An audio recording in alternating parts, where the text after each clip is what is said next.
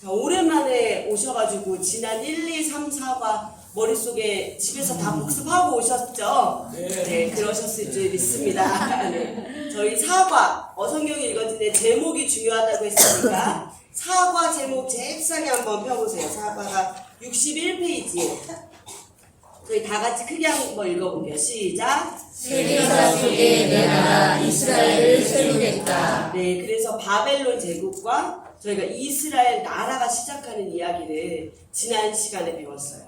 창세기가 그래서 지난 시간에 끝났어요. 창세기는 크게 두 가지로 내용을 요약하면 첫 번째는 누가 진짜 왕이냐. 진짜 왕은 하나님이시다.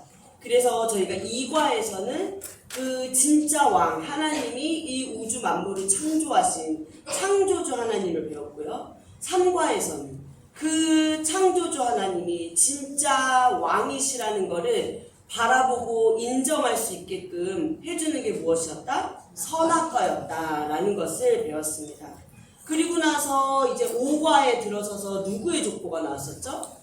지난 시간에 노아의 족보가 나왔어요. 족보는 괜히 있는 게 아니다. 뭐였다? 역사를 함축하는 내용이 바로 족보였다. 그래서 족보에서 중요하게 볼 사람이 누구야? 맨 앞에 누구야래요. 죄송해요. 맨 앞사람과 맨 끝사람을 꼭 중요하게 봐야 된다 그랬습니다. 맨 처음에 나오는 사람은 족보 이전에 있었던 역사를 총정리하는 주인공이었던 거죠. 그러니까 노아 5장에서 노아 족보는 뭘 총정리한 거예요? 아담의 족보죠. 아담의 족보. 죄송합니다. 아담의 족보는 이 창조와 하나님이 만드신 이 선악과 이런 것들의 내용을 총정리하는 게 아담이었어요. 그리고 나서 아담 족보 끝에서 찾아낸 게 누구였죠? 노아였습니다.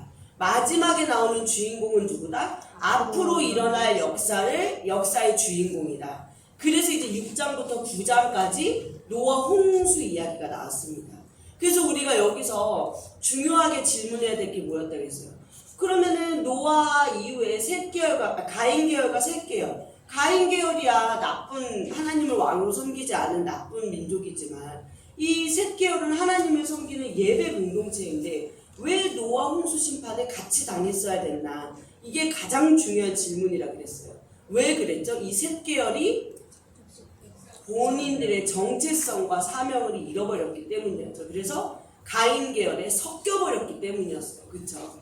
그 세상 사람과 별반 다르지 않게 하나님을 저버리고 왕으로 인정하지 않으면서 살다 보니 노아 홍수 심판으로 하나님이 전 인류를 다 멸망시키는 역사가 일어났습니다. 심판이.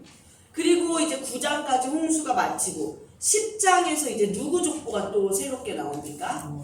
노아의 족보가 나왔어요. 맨 첫 사람은 노아로 해서 이전 이야기를 총정리했고 마지막에 여기서는 2명의 주인공이 나왔어요. 누구랑 누구였었죠? 니므롯과 아브라함이었습니다. 니므롯은 누구였어요? 가인 계열처럼 이제 세상 나라의 대표자인 거예요. 하나님을 왕으로 인정하지 않고 자기네들의 힘과 폭력의 논리로 이 세상 공동체를 꾸려나가는 니므롯. 그 다음에 또 하나의 주인공은 아브라함이었습니다. 우리 지난 시간의 제목이 세계사 속에 내 나라 이스라엘을 세우겠다 했어요. 그러니까 이 세계사, 인류 일반 역사, 창세기 12장까지 올라오는 인류 일반 역사가 이 제목에서 세계사 속에가 해당하는 거예요. 그리고 이제 내 나라 이스라엘을 세우겠다 이거부터 뭐예요? 창세기 12장부터 아브라함으로 시작되는 하나님의 나라 이스라엘의 역사가 시작되는 겁니다. 그렇게 해서 지난 시간에 창세기까지 다 배웠어요. 그리고 이제 오늘은 5과 제목 저희 다 함께 한번 큰 소리를 읽어볼게요. 시작! 국민을 만들었으니 법도 제정하고 영토도 주겠다. 그래서 지난 시간에 이 창세기의 핵심 내용이 뭐였어요? 국민 만들기였어요. 그렇죠? 그래서 이스라엘 나라를 12장부터 시작하시면서 아브라함부터 이삭, 야곱에 걸쳐서 하나님 나라의 국민 만들기였습니다. 국가의 3요소가 국민, 주권, 영토. 그래서 창세기에서 국민 만들기가 이제 끝난 거예요. 그리고 그러니까 이제 오늘 제목을 보신 거예요. 국민을 만들었으니 저번 주에 이제 창세기에서 다 만들었잖아요. 오늘은 뭐를 하겠다는 거예요? 법도 제정하고 영토도 주겠다. 이것입니다. 그래서 4과하고 5과 제목을 연결하면 국민 만들기, 법 만들기, 영토 만들기. 이 하나님 나라라는 개념이 이제 딱 잡히시죠. 아, 나라를 형성하는 이야기들이 이 초반에였구나. 모세오경이었었구나. 그래서 오늘 이제 이 법도 제정하고 이거는 오늘 배울 범위 출애굽기에 해당하는 내용이에요. 법도 제정하고 그 다음에 제목에서 영토도 주겠다. 이것은 오늘 배울 범위 민수기에 해당하는 내용입니다. 자, 그러면 75페이지 중간에 오늘의 포인트 보실게요. 오늘의 포인트 1번 출애굽기 전체 구조 알기. 출애굽기는 이제 총 40장으로 구성되어 있어요. 그래서 오늘 전체적인 내용을 한번 살펴볼 겁니다. 역사의 흐름을요. 그리고 포인트 2번 출애굽기 경열 깨닫기.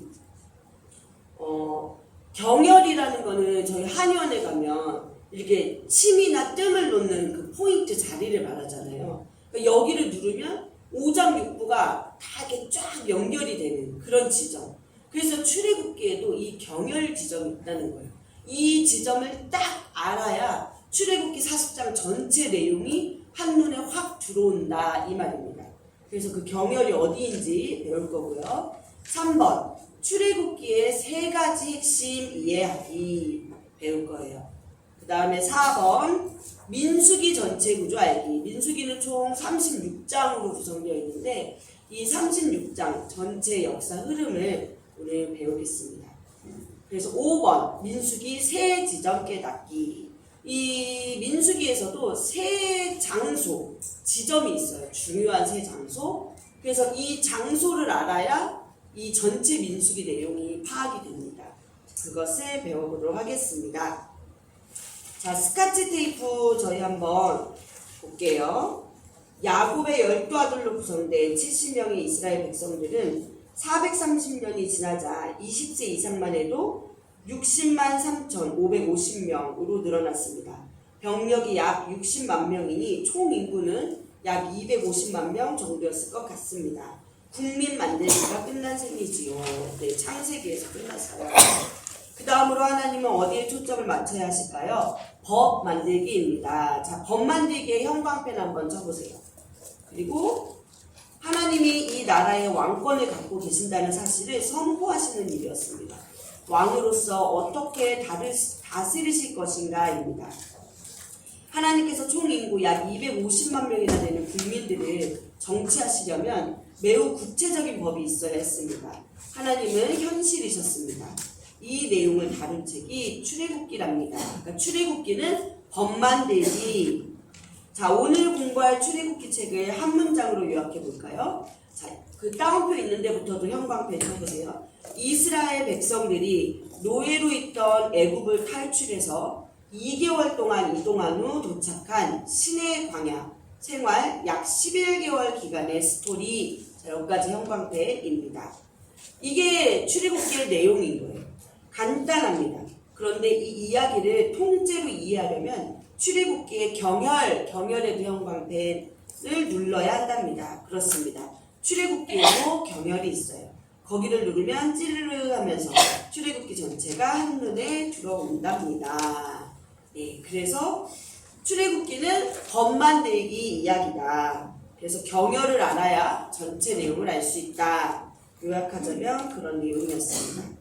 자, 그럼 우리 이제 본격적으로 내용 들어가기로 해서 출애굽기를 공부해 볼게요. 출애굽기 공부 1번 경열. 떨기나무에서 하나님을 만나는 장면. 자, 요 제목에다가도 형광펜 쳐보세요. 출애굽기에 경열이 있다고 했는데 그 경열, 그 자리가 장면이 무엇이냐? 바로 떨기나무에서 모세가 하나님을 만나는 장면이다 이겁니다. 먼저 그래서 떨기나무 앞에 오기까지 이 모세는 왜 쫓겨났는지 그 시대적 상황을 먼저 추적을 해보려고 합니다. 그래서 떨기나무 앞에서의 그 상황을 더 잘 이해하기 위해서 그 이전 상황을 한번 추적을 해볼게요. 그 성경을 읽기 위해서는 이 시대적 역사적 상황을 추적하는 것이 굉장히 중요합니다. 왜냐하면 아직까지도 성경이 허구다, 소설이다, 영화다 그렇게 얘기하시는 분들이 많기 때문이에요. 그렇지만 성경 이야기는 역사적인 사실이다. 그렇기 때문에 우리가 한번 배경을 살펴보도록 하겠습니다. 자, 모세가 이 시내 광야로 도망쳐 온 거였잖아요. 그쵸? 근데 조금 이상하지 않으세요? 그 도망친 표면적인 이유는 사람 하나를 죽였기 때문이었어요. 그쵸? 근데 조금 이상해요. 왜냐면 이 모세는 제가 여러 번 얘기했지만 당시 애굽, 이집트의 왕이 될 사람이었잖아요. 이집트 왕자였어요. 그러면은 이 사람이 누구한테 입양이 된 거죠? 핫셉수트라는 이집트 공주한테. 근데 이 핫셉수트, 이집트 공주 이름인데요. 이 핫셉수트 공주는 그냥 우리가 뭐 신데렐라 같이 예쁜 드레스 입고 얌전한 그런 공주가 아니에요. 엄청난 정치 파워를 갖고 있는 이집트의 거의 권력 1인자 같은 그런 엄청난 권력을 가진 공주였거든요. 이런 공주에게 양아들로 입양이 됐으면 이 모세에게도 엄청난 정치적인 힘이 있는 거예요. 그런데 이런 모세가 부하 뭐 10명, 100명도 아니고 고작 1명 죽였다고 도망을 나왔어야겠을까? 우리는 그게 조금 궁금해요. 근데 이 부분을 이해하려면 이 당시의 정치적인 민족적인 배경을 먼저 알아야 합니다. 그래서 먼저 민족적인 배경을 한번 보면 이 사람들이 지금 어디 살고 있죠? 모세가 지금 어디 살고 있는 거예요? 이집트, 애굽. 애굽하고 이집트가 같은 말이에요. 같은 말. 자, 이집트에 살고 있어요. 화면 잘 보이시죠? 자, 이게 포인트가 안 돼서 그러는데 여기서 노란색은 셈 족속이에요. 야곱의 세 아들. 노아의 세 아들이죠. 셈, 함, 야벳. 이 셈, 함, 야벳이 흩어져 살고 있던 지역이에요. 영역 표시입니다. 그래서 노란색은 셈, 초록색은 함, 저 위에 주황색은 야벳. 이 족속들이 살고 있는 거예요. 자, 이집트가 어딘지 찾아보실 수 있으시겠어요?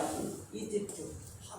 제가 이게 포인트가 안 나와가지고 저기 주황색 네모 시내 반도 보이시죠?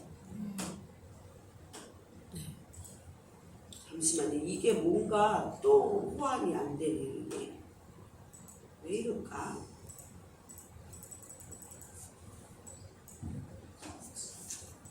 크게 보이세요? 네. 보시면 여기 제가 지금 옮겨놨어요. 시내 반도 여기 바로 옆에 보시면 여기 혹시 이렇게 올챙이 꼬리 같은 거 하나 보이세요? 나프투임이라고 써여 있고 보이시죠? 나프투임에 별로 안 커졌네. 여기가 바로 이집트예요. 이집트. 나프투임 밑에 글씨 세로로 뭐라고 써 있는지 보이세요? 미스라임이라고 써 있습니다. 그래서 여기가 바로 이집트예요. 이집트. 나프투임에서 미스라임까지. 여기가 이집트 지역인데 이집트는 그러니까 어느 종족이 차지하는 땅이에요, 원래? 함족이 차지하고 있는 땅이었어요. 그런데 이 요셉이 애굽으로 팔려가서 이집트 생활을 할 때는 이때 셈족이 함족을 물리치고 이 이집트 땅을 정권을 잡게 됩니다. 그러니까 원래는 함인데 이 셈족들이 요셉이 정치를 할 당시에는 이 이집트를 점령을 했어요. 그러기 때문에 셈의 후손들이 히브리 민족이다 이런 기록이 있습니다. 그러니까 요셉이 이집트에서 총리가 될 수 있었던 것도 함족이 이집트를 정권을 잡고 있었으면 아마 불가능했을 거다. 그런데 셈족, 히브리 민족의 뿌리가 이 정권을 잡고 있었던 시기였기 때문에 이 요셉이 총리까지 올라갈 수 있었던 것 아니냐라는 이야기들이 있습니다. 여하튼 이 당시에는 셈과 함이 이렇게 이집트 땅을 원래는 함의 나라였는데 함이 차지하는 땅이었는데 셈족이 일시적으로 쳐들어와서 정권을 잡은 거예요. 그리고 나서 요셉이 지나고 나서 요셉이 다 죽고 요셉 시대가 다 죽고 나서 다시 함족이 이 이집트를 땅을 되찾게 됩니다. 그러니까 이 미스라임 함족과 셈족 간의 히브리 민족 간의 이 민족적인 이 뭐라 그래야 되나 긴장감이 늘 있는 거예요. 좀 이해가 되시죠? 그런 상황이었어요. 그렇기 때문에 민족적으로도 이 애굽에 있는 왕자들이나 애굽 사람들은 다 함의 민족이기 때문에 근데 요셉은 아니 누구지? 지금 모세는 어디 히브리 사람이잖아요. 그렇기 때문에 민족적인 이 갈등과 긴장감이 있는 상태인 거예요. 자, 그래서 민족적인 배경을 보셨고 이제 정치적인 배경을 한번 보도록 하겠습니다.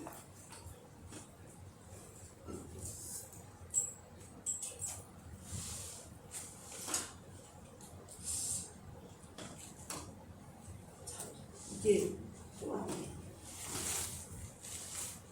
죄송해요. 이게 지금 뭔가 저랑 안 맞아가지고 이게 지금 화면이 제대로 안 들어오는데 안 되네.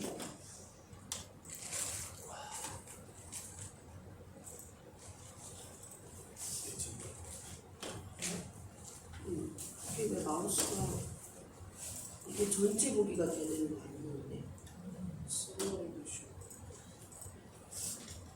안 나왔죠?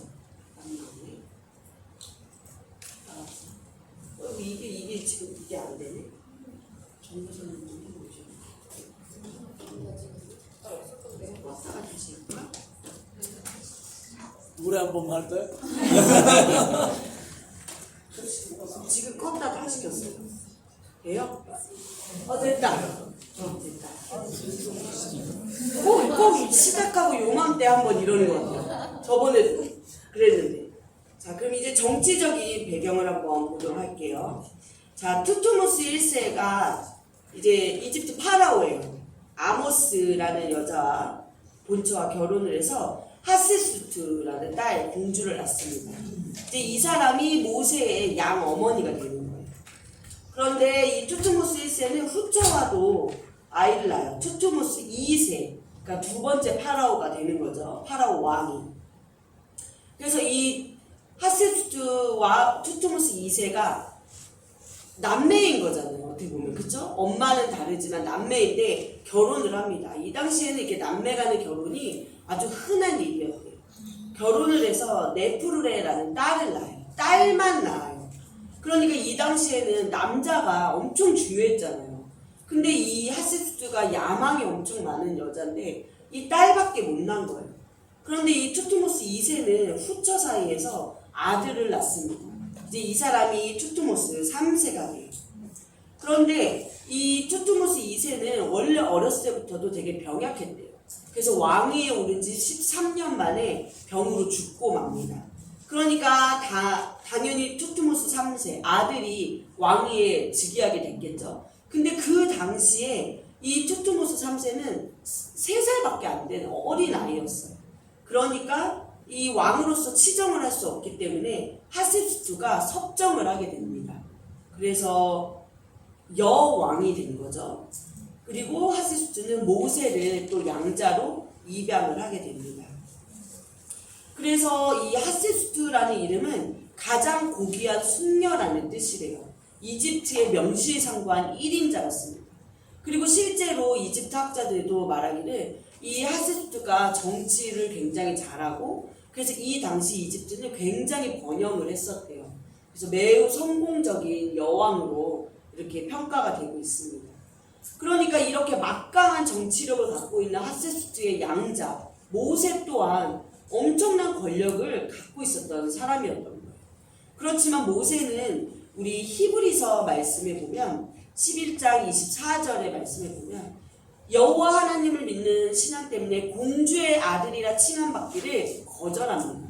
그러니까 왕이 되는 걸 거절하는 거예요. 왜냐하면 이 당시에 파라오가 된다는 거는 그냥 정치적인 왕이 되는 것뿐만 아니라 이 애굽이 믿고 있던 그 우상 암몬 신의 제사장까지 되는 거예요. 그러니까 왕 플러스 종교 제사장까지 되는 건데 이 모세는 나는 히브리 민족으로서 하나님을 믿는 신앙이 있는 사람이었잖아요. 그러니까 암몬신 제사장이 될 수 없다. 그래서 계속 왕자, 공주의 아들에 칭함받는 걸 거절을 합니다. 그러면서 이 모세와 투투모스 3세는 자연적으로 뭐가 될 수밖에 없어요? 이 정적 관계가 될 수밖에 없는 거예요. 이 투투모스 3세는 자기가 이미 왕이긴 하지만 지금 섭정을 누가 하고 있어요? 정치를 다. 하셉스투 여왕이 다 하고 있어요. 그러니까 2인자 같은 왕인 거예요. 바지사장 같은. 그런 왕의 입장이고, 또 하셉스투는 모세를 양자로 입양을 하면서 엄청나게 예뻐하고, 그렇기 때문에 둘은 서로 정적 관계에 있습니다. 그러니까 이런 상황에서 모세가 히브리 민족 사람 편을 들고 애굽 사람을 죽였잖아요. 그러니까 이것이 이 정치적인 이런 복잡한 관계 속에서 충분히 도망갈 만한 이유가 됐다. 그리고 지금 현재 애굽은 함족이 다스리고 있었지만 이 셈족 계열에 대한 민족적인 경계심이 늘 있었기 때문에 언제 쿠데타를 일으킬지 모른다. 이 히브리 민족 얘네들은 언제 반항할지 몰라. 언제 쿠데타가 일어날지 몰라. 이런 긴장감이 늘 있었어요. 그게 출애굽기 말씀에도 나옵니다. 출애굽기 1장 10절 말씀을 제가 한번 읽어볼게요. 자, 우리가 그들에게 대하여, 우리가는 이제 애굽 사람들을 말하는 거고요. 그들은 히브리 민족을 말해요. 우리가 히브리 민족에게 대하여 지혜롭게 하자. 두렵건대 그들이 더 많게 되면 전쟁이 일어날 때에 우리 대적과 합하여 우리와 싸우고 이 땅에서 나갈까 하노라 하고. 그러니까 여기서 히브리 민족에게 대하여 지혜롭게 하자, 이거는 뭐 지혜를 써서 도와주자 이런 게 아니에요. 약간 영리하게 대하자, 굴자 이런 뜻입니다. 왜요? 얘네들이 사람이 많아지면 우리를 대적할까 하노라. 이런 민족적인 긴장감이 있었던 것이 말씀에도 나오게 됩니다. 그래서 이런 상황에서 이 모세의 살인사건은 단순한 살인사건을 넘어선 정치적, 민족적 문제가 될 수밖에 없었던 거예요. 투투모스 3세는 이거를 빌미로 해서 모세를 아예 내쳐버리려고 했어요. 그리고 모세도 이걸 누구보다 잘 알고 있잖아요. 그렇기 때문에 미디안 광야로, 시내 광야로 도망을 칠 수밖에 없었던 것입니다. 자, 그래서 40년이 지나고 나서 애굽의 10가지 재앙 사건 나타날 때 이 모세가 바로 왕한테 가서 우리 백성들 풀어달라고 얘기하잖아요. 그때의 그 왕은 누구냐? 이 투투모스의 아들 아멘호텝 2세의 왕이 됩니다. 자, 그래서 우리 하셉스투 그 여왕이 얼마나 대단한 사람이었냐면 이게 그 여왕을 위한 장제전이라는 거예요. 장제전이라는 게 죽은 파라오, 죽은 왕을 섬기고 이렇게 기리면서 제사하는 장소, 일종의 제사하는 장소였는데 이게 여왕을 위해서 만들어진 장제전으로는 거의 이만한 사이즈와 이만한 게 없다고 합니다. 그러니까 얼만큼 정치를 잘했는지, 얼마나 큰 사람이었는지를 우리가 알 수 있는 거죠.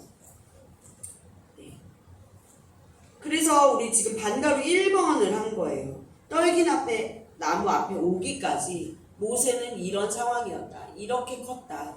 이런 상황에서 컸다 이것입니다. 그럼 반가로 2번. 모세, 그는 누구인가? 모세는 왕이 되기 위한 모든 교육을 다 받은 당대의 석학이자 이집트 문명의 최대 수혜자예요. 온갖 교육을 다 받은 거예요. 뭐 철학, 천문학, 웅변술, 기병술, 온갖 학문을 다 받고 권력을 가지고 있는 그런 사람입니다. 그렇기 때문에 이 모세오경이라는 어마어마한 성경책 5권을 쓸 수 있었던 거죠. 그래서 사도행전 7장 22절에 스데반이 설교하는 말씀이 쫙 나오잖아요.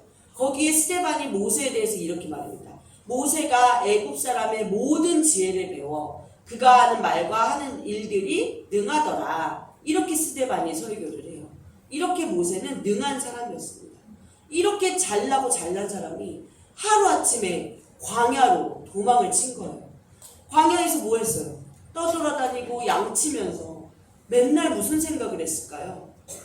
내가 지금 나는 누구인가? 그렇잖아요.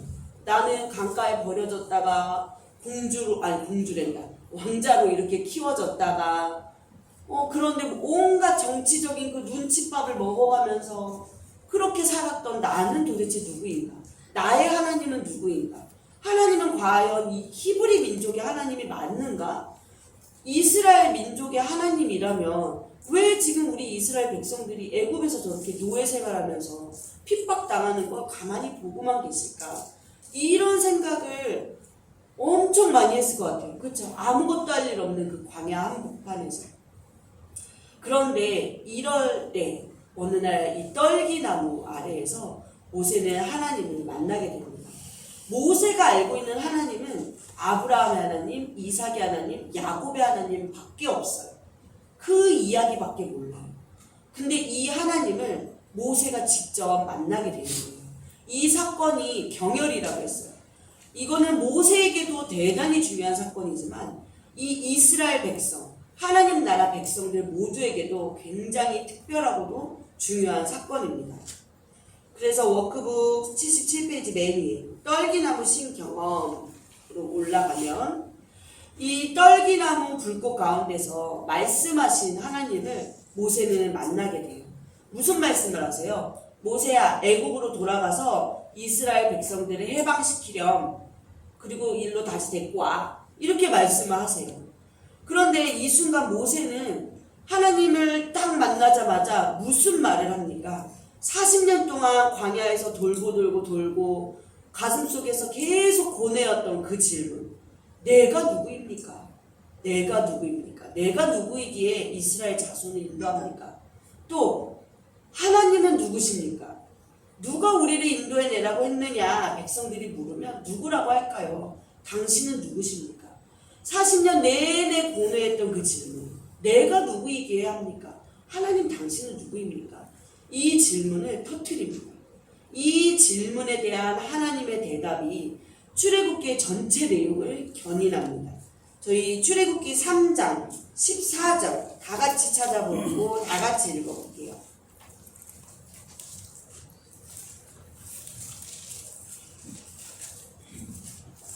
자, 제 책으로 85페이지.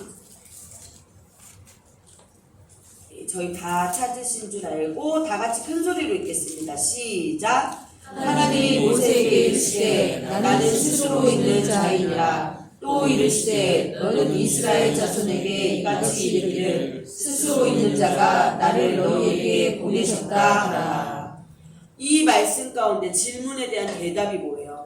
하나님은 너는 누구야? 뭐 이렇게 길게 말씀 안 하세요. 나는 스스로 있는 자다. 본인에 대한 자신에 대한 자존성, 스스로 존재하는 자라는 말씀을 하십니다. 그래서 영어 성경에서는 이거를 I am who I am 이라고 번역을 했어요.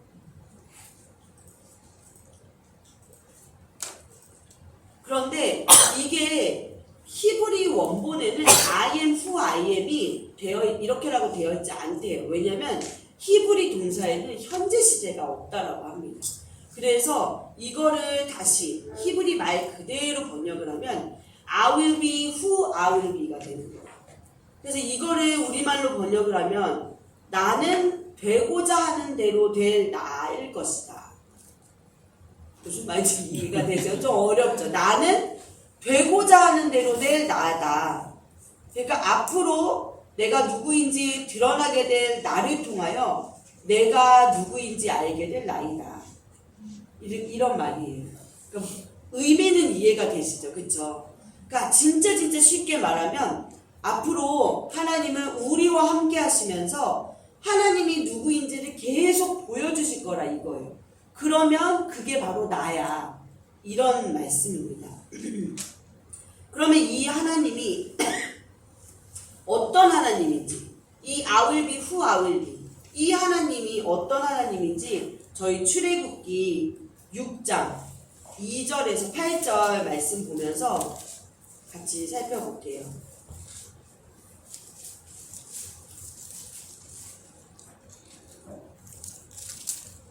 네, 다 찾으셨죠? 자, 3절 말씀 보시면 2절 제가 읽어볼게요. 하나님이 모세에게 말씀하여 이르시되 나는 여호와이니라. 이 여호와가 뭐예요? I will be who I will be. 그래서 3절 내가 아브라함과 이삭과 야곱에게 전능의 하나님으로 나타났으나 나의 이름을 여호와로는 그들에게 알리지 아니하였고. 그러니까 이전에 아브라함, 이삭, 야곱에게 나타나신 하나님은 전능의 하나님 엘샤다이로 나타나셨어요. 그렇지만 그들에게는 여호와라는 이름을 알려주지 않으셨어요. 그런데 이제 모세와 이 광야에 있는 이스라엘 백성들에게는 아직 광야에 안 왔죠, 이스라엘 백성들이. 근데 이 모세와 이스라엘 백성들에게는 여호와라고 자신을 알려주시는 거예요. 5절 보시면 이제 애굽 사람이 종으로 삼은 이스라엘 자손의 신음소리를 내가 듣고 나의 언약을 기억하노라. 애굽에서 노예 생활하던 백성들의 신음소리를 다 듣고 계시는 하나님이라는 말이에요. 그러니까 I will be who I will be. 우리와 함께 계시면서, 그러니까 함께 하고 계셨던 하나님인 거죠.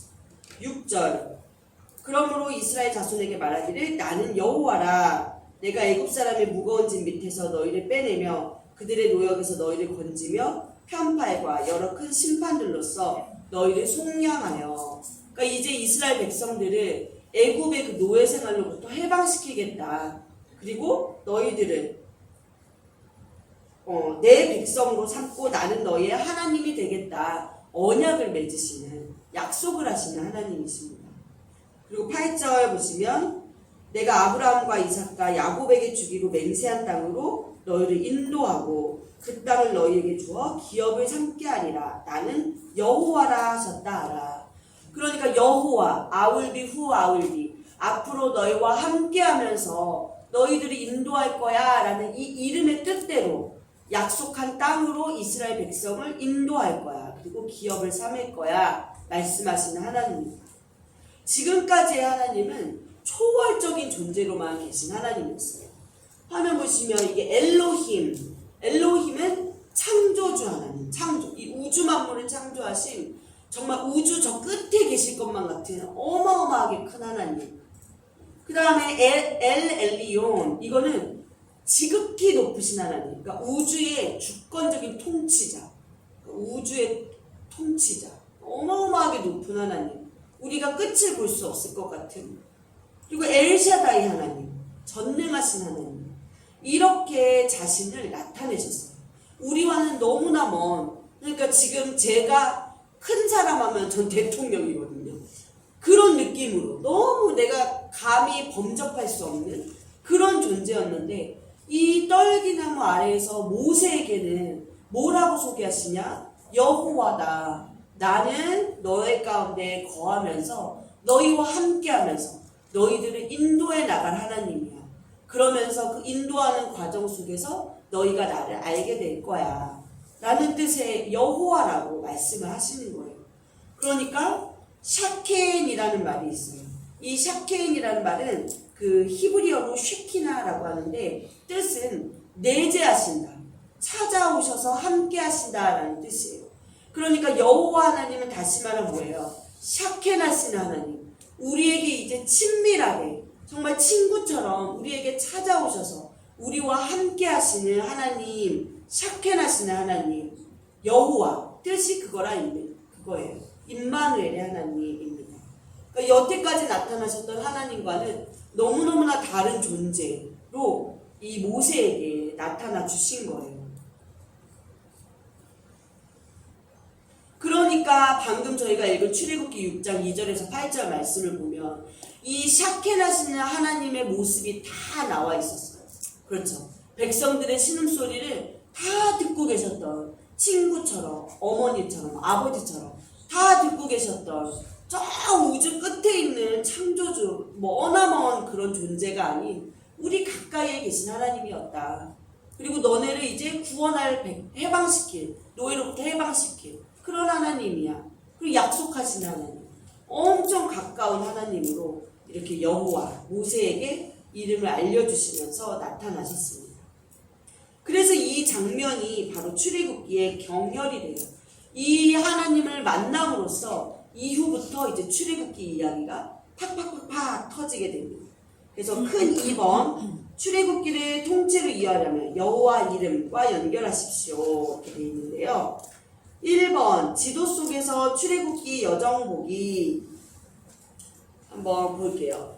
출애굽기 전체 내용은 어렵지 않습니다.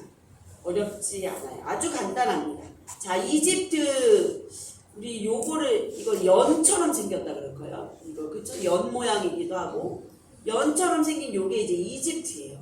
그리고 가나안을 찾을 때는 제가 요 산삼 뿌리 같은 거 찾으라 그랬죠.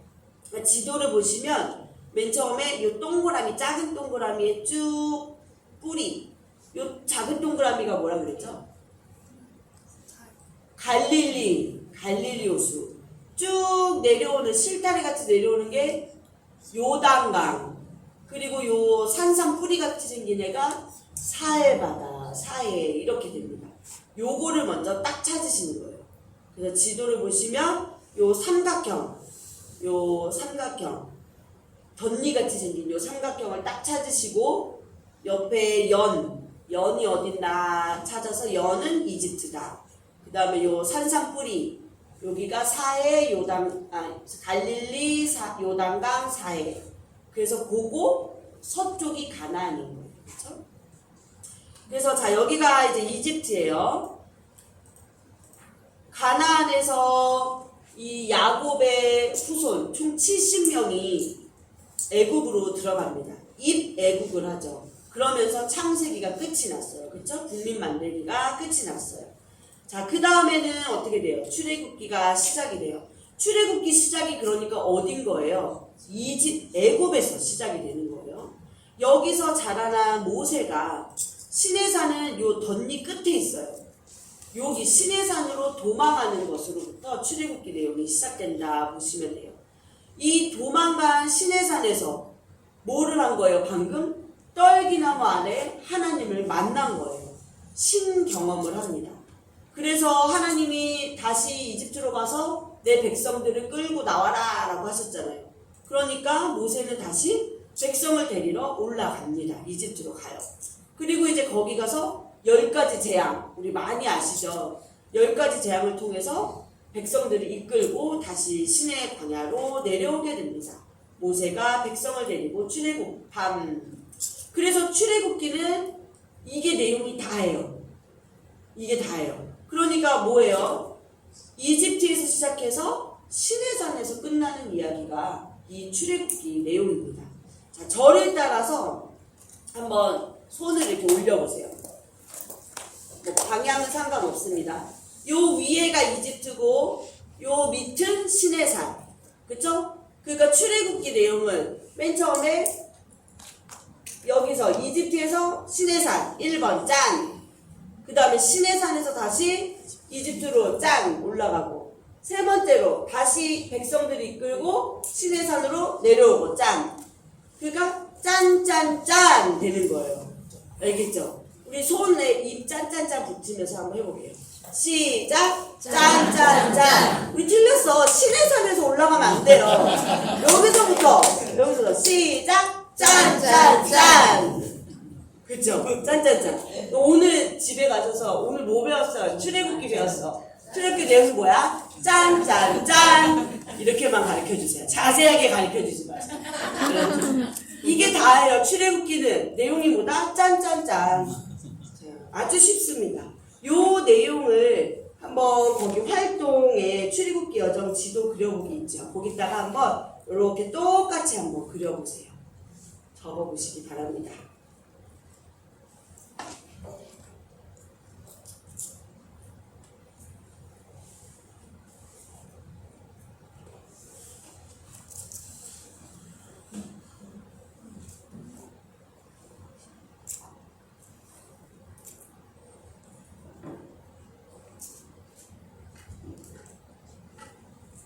다 적으셨어요?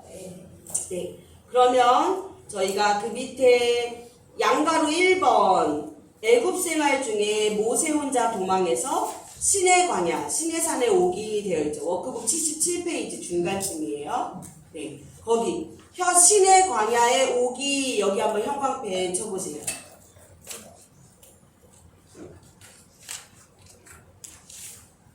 그리고 두 번째 양가로 2번 떨기나무 사건 이후 다시 애굽으로 가기, 거기 다시 애굽으로 가기의 형광펜. 그 다음에 양가로 3번 열재앙 이후 백성들을 이끌고 다시 시내산으로 오기, 거기 형광펜. 다시 시내산으로 오기. 그 다음에 4번 시내산에서 율법을 받고 성막을 만들어 봉헌함으로 출애굽기 끝입니다. 그러니까 지금 형광펜 3개, 이게 뭐예요? 짠짠짠 그 내용인 거예요. 근데 이게 뭐다? 출애굽기 전체 내용이다. 이거 말고는 없어요.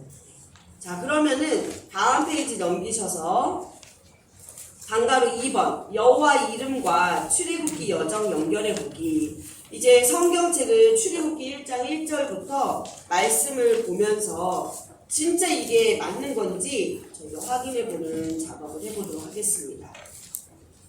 자, 먼저 창세기 35장 11절을 먼저 보시면 창세기 35장 11절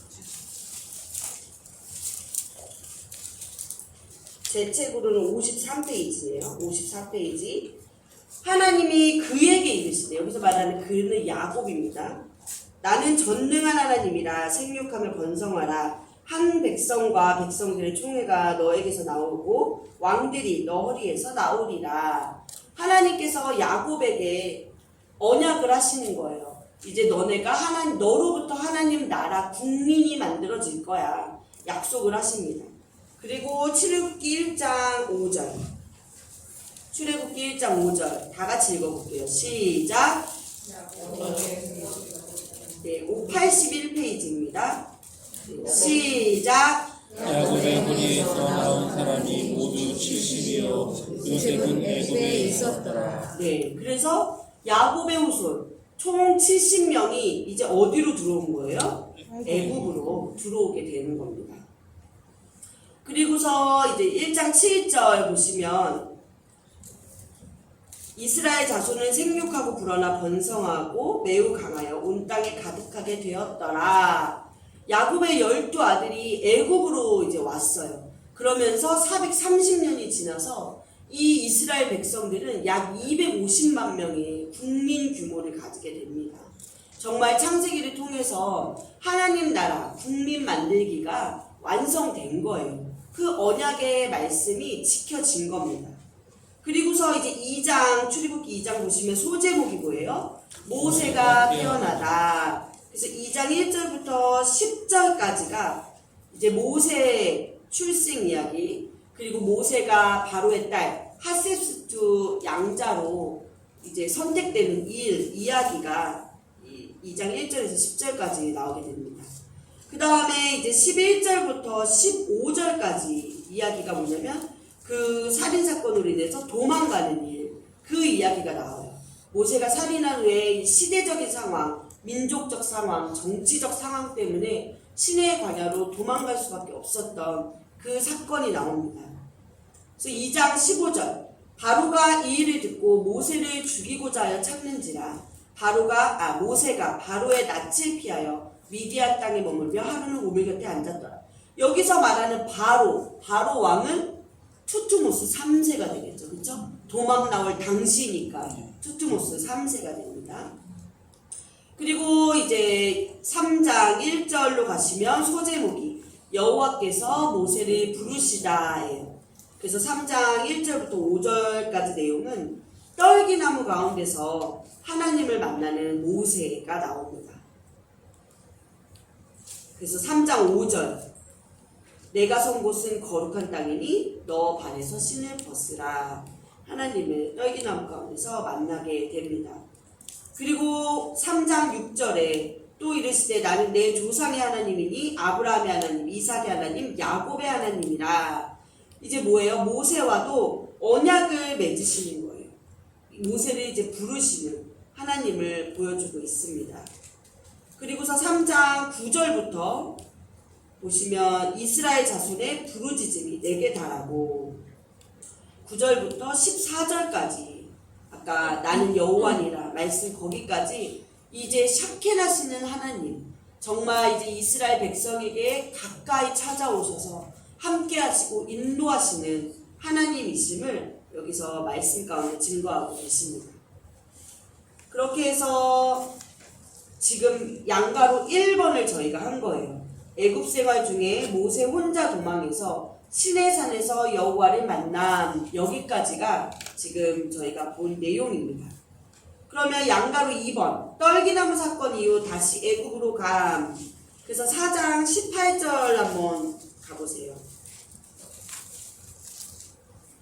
보시면 모세가 애굽으로 돌아가다 소제국에 나와 있죠. 그래서 18절 말씀에 모세가 그의 장인 이드로에게로 돌아가서 그에게 이르되 내가 애굽에 있는 내 형제들에게로 돌아가서, 그러니까 이제 애굽으로 가겠다, 내 형제들 구원하러 가겠다, 이 이야기가 19장 1절까지 쭉 나오게 됩니다.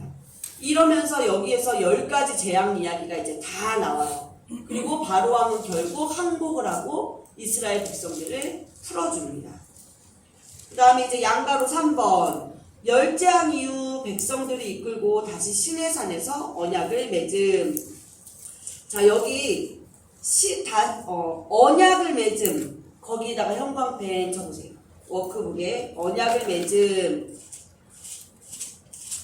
형광펜 치시고 출애굽기 19장까지가 이제 이 이야기가 다 나와요. 다시 애굽에 가서 10가지 재앙 일으키고 이제 다시 시내산으로 내려오는 그 이야기까지가 19장까지 다 나옵니다. 네. 그리고 그래서 일단 출애굽기 12장으로 앞으로 다시 잠깐 돌아갈게요. 10가지 재앙을 내리고 나서 모세는 백성들을 데리고 출애굽을 하죠. 그래서 그 기록이 출애굽기 12장 36절까지가 딱 그 기록이에요. 그리고 애굽 땅에서 딱 나오는 순간이 37절부터입니다. 그래서 이스라엘이 애굽 땅에서 나오다, 이제 10가지 재앙이 다 끝마치고 진짜 출애굽이 시작이 됩니다. 그리고 이때 마지막 10번째 재앙으로 인해서 생긴 아주 큰 절기가 있었어요. 뭐죠? 6월절이 생깁니다. 그러니까 이 10번째 재앙이 일어나기 전에 이 사람들이, 이스라엘 백성들이 먼저 문설주에 어린 양의 피를 발랐잖아요. 그래서 그게 첫 번째 6월절이 된 거예요. 첫 번째 6월절. 그리고 10번째 재앙이 일어나고 출애굽을 합니다. 그래서 이제 37절 보면 이스라엘 자손이 라암셋에 떠나서 숲곳에 이르니 유아 외에 보행하는 장정이 60만 가량이요. 그러니까 남자만 60만이니까 총 250만이다. 이렇게 저희가 산출을 하는 겁니다. 대략적으로. 그래서 출애굽기 14장을 보시면 홍해를 건너다 이렇게 나와 있어요. 홍해를 건너서 여기서부터 시내 광야까지 도착하는데 꼬박 2개월이 걸립니다. 그 내용이 어디 나오냐면 출애굽기 19장 1절 보시면, 출애굽기 19장 1절 보시면 이스라엘 자손이 애굽 땅을 떠난 지 3개월이 되던 날 그들이 시내 광야에 이르니라. 그러니까 1월 1일 날 떠났으면 3개월이 되던 날 3월 1일 날 도착을 했다는 거예요. 예를 들면 그러니까 꼬박 만 2개월에 걸쳐서 애굽에서부터 시내산까지 오는데 2개월을 걸어서 시내산까지 왔습니다. 그런데 이 출애굽기 19장에서 저희가 놓치지 말아야 되는 말씀은 뭐냐, 바로 시내산에서 이스라엘 백성들과 언약을 맺으시는 겁니다. 출애굽기 19장 5절 6절 한번 다 같이 저희 읽어볼게요. 5절 시작. 세계가 다 내게 속하였나니 너희가 내 말을 잘 듣고 내 언약을 지키면 너희는 모든 민족 중에서 내 소유가 되겠고, 6절 너희가 내게 대하여 제사장 나라가 되며 거룩한 백성이 되리라. 너는 이 말을 이스라엘 자손에게 전할지니라. 애굽의 종이었던 이스라엘 백성이 이제는 더 이상 노예, 종이 아니다 이거예요. 뭐예요? 하나님의 거룩한 백성이다. 그리고 너네 나라는 여기저기 방황하면서 유린하며 다니는 그런 보잘것없는 나라가 아닌 제사장 나라다. 이렇게 하나님이 만드시겠다고 언약을 맺으시는 겁니다. 이 시내산에서. 이 백성들은 이 말씀을 듣고 어떻게 반응을 합니까? 저희 19장 8절 말씀 보면 백성이 일제히 응답하여 이르되 여호와께서 명령하신 대로 우리가 다 행하리이다. 모세가 백성의 말을 여호와께 전하니. 그러니까 어떻게 반응했어요? 일제히 응답해서 우리가 다 그대로 하겠습니다. 백성들이 대답을 합니다. 화면 보세요. 이 시내산에서 첫 번째 중요한 일, 언약을 맺으셨다. 하나님과 이스라엘 백성이 언약을 맺었다. 우리 앞 페이지 그 지도에 시내산 부분에 1 언약 요거까지 적어주세요.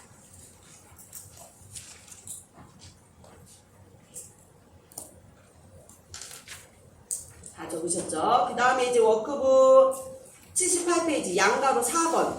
시내산에서 십계명과 율법을 받고 성막을 만들어 봉헌하고 나니 출애굽기가 끝남. 그래서 거기 십계명과 율법을 받고 형광펜, 그 다음에 성막을 만들어 봉헌, 여기도 형광펜. 쭉 끄지 마시고 끊어서 해주세요. 십계명과 율법을 받고 성막을 만들어 봉헌, 이것입니다. 그래서 시내산에서 한 두 번째 법을 받았다 이거예요. 십계명으로부터 비롯되는 수많은 율법들을 시내산에서 받습니다. 그리고 세 번째는 하나님께서 성막을 만들라고 하세요. 그래서 성막을 만들어서 봉헌하는 것까지 이스라엘 백성들이 시내산에서 한 중요한 세 가지 일입니다. 자, 이 거룩한 백성으로 이제 이스라엘 백성들을 삼으셨어요. 그러면 하나님은 이 많은 250만 명 가량의 사람들을 다스릴 법이 필요한 거예요. 그렇기 때문에 하나님은 출애굽기 20장 소제목이 10계명입니다. 여기서부터 이제 쭉 보세요. 제단에 관한 법 21장, 종에 관한 법, 폭행에 관한 법. 제가 소제목만 지금 읽는 거예요. 그 다음에 임자의 책임, 이건 뭐 소나 이런 것들의 주인이 어떻게 해야 되는지. 22장 배상에 관한 법, 도덕에 관한 법, 공평에 관한 법, 안식년과 안식일에 관한 법, 세 가지 절기에 관한 법, 법. 이 10계명을 시작으로 해서 뭔가 율법을 다 이제 시내산에서 모세를 통하여서 이스라엘 백성에게 주시는 내용입니다. 그 내용이 24장까지 나와요. 법을 왜 만들었다? 우리를 가둬두기 위해서, 우리를 율법으로 얽매이기 위해서 만드셨다? 아니에요. 하나님의 방법대로 이 하나님의 백성들을 다스리기 위해서 하나님이 법을 주신 거예요.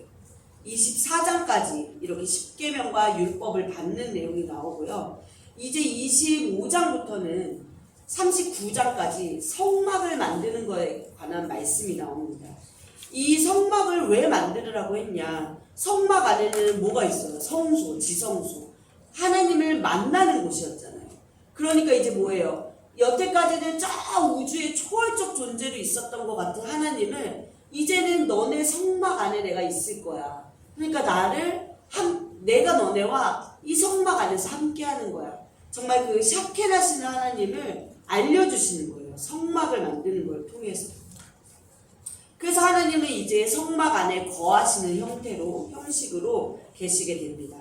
그래서 25장부터 보면 소제목만도 보면 성소를 지을 예물, 등잔대와 기구들, 성막, 제단은 어떻게 해라, 성막의 뜰, 제사장의 옷, 이런 성막에 관련된 모든 내용들이 어디까지 나와요? 39장까지 쭉쭉 나옵니다. 39장에는 제사장의 옷을 만들고요. 그리고 나서 드디어 39장 42절 여호와께서 모세에게 명령하신 대로 이스라엘 자손이 모든 역사를 마치면, 그러니까 모든 역사라는 게 여기가 뭐예요? 성막을 만드는 모든 일을 마쳤다. 43절 모세가 그 마친 모든 것을 본즉 여호와께서 명령하신 대로 되었으므로 모세가 그들에게 축복하였더라. 드디어 성막이 완공이 된 거예요. 그래서 40장 소제목이 뭐예요? 성막 봉헌입니다. 하나님의 말씀대로 다 만들고 나서 이제 봉헌하는 거예요. 그래서 40장 34절에서 38절 마지막 구간이죠. 여기에 말씀을 눈으로 한번 이렇게 읽어보시다가 38절을 제가 한번 읽어볼게요. 낮에는 여호와의 구름이 성막 위에 있고 밤에는 불이 그 구름 가운데에 있음을 이스라엘의 온 족속이 그 모든 행진하는 길에서 그들의 눈에 보았더라. 그러니까 뭐예요? 여호와의 구름, 불이 성막 위에 항상 있는 거예요. 그래서 구름이 떠오를 때 이동하고 구름이 떠오르지 않으면 멈추고 이렇게 하나님과 함께하는 샤켄하시는 하나님과 함께하는 이스라엘 백성이 되었습니다. 이렇게 백성들과 함께하시고 백성들을 친히 인도하시는 하나님의 모습을 보여주심으로써 출애굽기는 끝이 난 거예요. 저희 이제 출애굽기 끝났습니다. 어떠세요? 너무 쉽죠? 출애굽기 내용 뭐예요? 짠짠짠! 그쵸? 짠짠짠! 세 가밖에 없어요. 아래서부터 시작하면 된다, 안 된다? 안 된다. 위에서부터 시작해야 된다. 위에가 이집트니까요. 그쵸? 그리고 경혈. 어디였어요? 경혈. 출애굽기 경혈. 떨기나무에서 하나님을 만나는 거. 근데 어떤 하나님을 만난 거예요? 우주의 초월자 같은 하나님을 만난 거예요? 아니에요. 우리와 함께 하시는 샤켄하시는 하나님. 아주 친구같이 가까이 친히 찾아오셔서 인도하시는 그 하나님을 만난 거. 그럼으로써 짠짠짠 역사가 일어나고 이 시내산에서 이스라엘 백성들이 뭐 했어요? 세 가지 중요한 일. 하나님과 언약을 맺었어요. 그렇죠? 이제 뭐가 된다? 제사장 나라가 된다. 그리고 하나님의 거룩한 백성이 된다. 언약을 맺었어요. 두 번째는 뭘 받았어요? 법을 받았어요. 십계명과 율법들을 받았어요. 그 다음에 세 번째로는 뭐 했어요? 성막을 지어서 봉헌드렸다. 이것이 시내산에서 한 이스라엘 백성들의 중요한 일. 아까 애굽에서 시내산까지 도망 나오는 게 몇 달이 걸렸다 그랬죠? 두 달, 꼬박 2달. 근데 이 시내산에서는 대략 9개월 정도 머물렀대요. 이 시내 광야에서. 그러니까 애굽에서 나온 지 지금 얼마밖에 안 된 거예요? 1년 1개월? 맞나요? 90, 11. 1년이 채 안 된 거예요. 그렇죠? 약 1년밖에 안 된 거예요.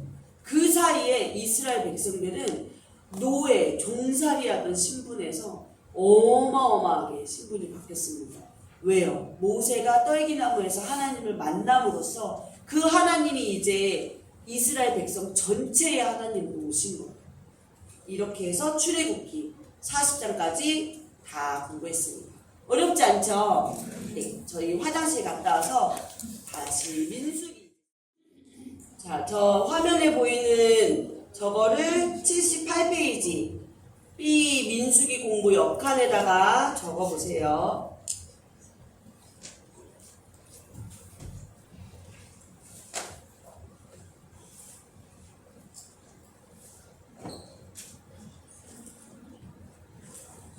저게 뭐예요? 보시면은 지금 날짜랑 말씀이 좀 순서가 안 맞는 거를 보실 수 있어요. 출애굽기 같은 경우는 지금 시간 순서대로 저희가 쭉쭉쭉쭉 흘러온 거를 저희가 본문 확인하면서 왔잖아요. 그런데 민수기는 2년 1월 14일 날이 민수기 9장에 나오는 내용이고요.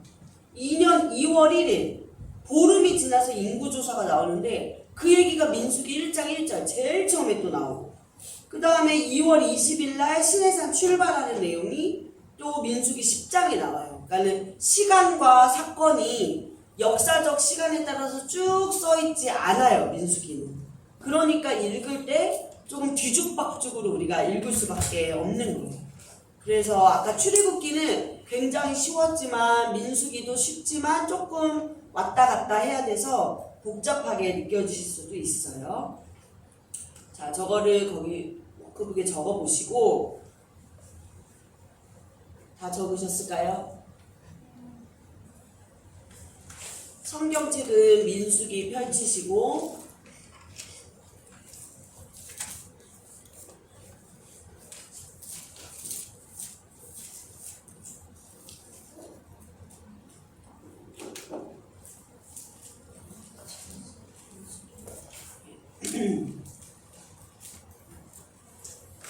다 적으신 줄로 생각하고 제가 그 민수기 공부 워크북 78페이지 그 초록색 박스 제가 읽기 시작하겠습니다. 출애굽기의 끝은 시내산이었습니다. 출애굽기가 끝나면 벌써 가나안에 다 왔다고 생각하면 안 됩니다. 이제 겨우 1년 지난 겁니다. 하나님께서는 시내산에서 하실 일을 다 마치셨습니다. 더 이상 이곳에 머물 이유가 없습니다. 이제는 최종 목적지를 향해 이동해야 합니다. 하나님께서 약속하신 그 땅, 이들의 최종 목적지를 향해 떠나야 합니다. 민수기는 땅 만들러 가는 여정의 책입니다. 창세기에서는 국민을 만들었고 출애굽기에서는 법, 주권을 만들었고 이제는 영토 만들기가 이슈입니다. 땅 찾아 서둘러 가야겠죠. 그 땅이 가나안입니다. 그런데 그 땅은 비어있는 땅이 아니라 여러 종족들이 살고 있었습니다. 반드시 병력이 필요했던 거예요. 그 땅을 차지하려면 전쟁을 해야만 하는 거였어요. 그러니까 민수기 하면 백성의 수를 세는 것, 인구조사, 병력 정비하기, 국방부 만들기 뭐 이런 식으로 말해도 될 겁니다. 자, 민수기 어떻게 꿰뚫을 수 있을까요? 세 군데만 찍고 가봅시다. 자, 출애굽 그 녹색 박스 처음에 출애굽기의 끝은 시내산 형광펜. 아까 얘기했죠. 출애굽기는 애굽, 이집트에서 시작해서 시내산에서 끝나는 이야기다. 그러니까 가나안에 왔다 생각하시면 큰 오산이다. 이제 애굽에서 시내산까지 2개월 걸려서 왔고 시내산에서 9개월. 그러니까 대략 1년 정도밖에 시간이 안 지난 거다. 시내산에 그대로 있다. 둘째 줄 끝에 보면 하나님께서는 시내산에서 하실 일을 다 마치셨다 그랬어요. 뭘 다 마치신 거예요? 법 주는 거를 다 끝내신 거죠. 그렇죠? 출애굽기는 뭐 만들기다? 법 만들기다. 근데 다 끝내셨어요. 그렇죠? 언약, 법 다 끝냈습니다. 그러니까 더 이상 머물 이유 없어요. 이제 출발. 어디로 가야 돼요? 땅을 찾아가야 돼요. 하나님이 약속하신 땅. 가장 최종 목적지는 가나안이죠. 그렇지만 여기 민수기에서는 땅 만들러 가는 여정으로서 세 군데 지점이 중요 지점으로 나온다. 오늘의 포인트에서 저희가 잠깐 봤었습니다.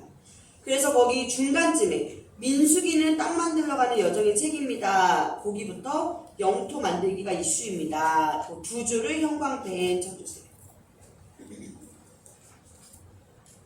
그러니까 여태까지 민수기 하면 인구 조사하는 내용은 다 아세요. 그게 백성, 민, 셀수에서 사람 숫자 세는 책, 민수기는 그거야. 이렇게 나쓰는데 왜 사람 숫자를 셌냐? 이게 다 병력 조사였던 거예요. 병력 조사. 왜 병력을 조사해야 돼요? 땅을 찾으러 가야 되기 때문에 전쟁이 불가피했던 거예요. 그러니까 민수기는 땅 만들러 가는 책이다. 땅 만들기 책이다. 그거를 꼭 머리에 주셔야 돼요. 창세기는 국민 만들기. 출애굽기는 법 만들기. 근데 이제 다음 주에 제가 레위기 하겠지만 출애굽기의 종속으로 레위기가 있거든요. 법 이야기가 나오는 거예요. 그 다음에 출애굽기는 법 만들기. 그 다음에 민수기는 땅 만들기 이야기입니다. 자, 그래서 출애굽기의 주요 관심사가 법이었다면 민수기는 땅 만들기. 땅을 차지하려면 전쟁을 할 수밖에 없다. 자, 저희 민수기 1장 1절 한번 보실게요. 민수기 1장 1절 보시면 소제목이 싸움에 나갈 만한 자를 계수하다. 1절 말씀. 이스라엘 자손이 애굽 땅에서 나온 후 둘째 해 둘째 달 첫째 날에, 그러니까 제2년 2월 1일에 여호와께서 시내강의 회막에서 모세에게 말씀하여 이르시되, 뭐라고 말씀하세요? 2절에 보면, 그러니까 이 사람들이 지금 어디에 있는 거예요? 시내 광야에 있다. 1장 1절에 나와 있죠. 그렇죠? 그러니까 민수기의 시작점도 어디인 거예요? 시내 광야. 아까 출애굽기가 어디서 끝났어요? 시내산에서 끝났잖아요. 그 역사가 이어가는 거니까 민수기는 시내 광야에서 시작을 합니다. 그래서 하나님이 뭐라고 말씀하세요? 2절. 너희는 이스라엘 자손의 모든 회 중 각 남자의 수를 그들의 종족과 조상의 가문에 따라 그 명수대로 계수해라. 사람 숫자, 인구 조사를 하라고 명령을 내리십니다. 근데 왜 이 사람 수를 계수를 해야 되는 거예요? 싸움에 나갈 사람을 숫자를 세는 거예요. 전쟁이 필요한 병력을 파악하고 정비하기 위해서입니다. 자, 출애굽기와 민수기 연결되시죠? 이제는 출애굽기 땡, 민수기 땡 따로따로 노는 책이 아닌 거예요. 그쵸? 왜? 우리는 구약의 역사를 창세기부터 말라기까지 한 통으로 쫙 흘러서 볼 거기 때문에 이제 이 역사가 흘러갑니다. 그렇기 때문에 성경 목록도 연결이 됩니다. 이렇게 연결이 돼야 성경을 읽을 수가 있는 거예요. 자, 그러면 이제 민수기 실제로 들어가 보겠습니다. 79페이지 맨 위에 1번. 민수기도 경혈이 있네요. 아까 출애굽기의 경혈은 모세가 떨기나무에서 하나님을 만나는 그 장면이었지만 민수기에서는 세 장소가 경혈입니다. 그 밑에 보시면 어디가 나와 있어요? 시내산, 가데스 바네아, 모압 평지 이렇게 나옵니다.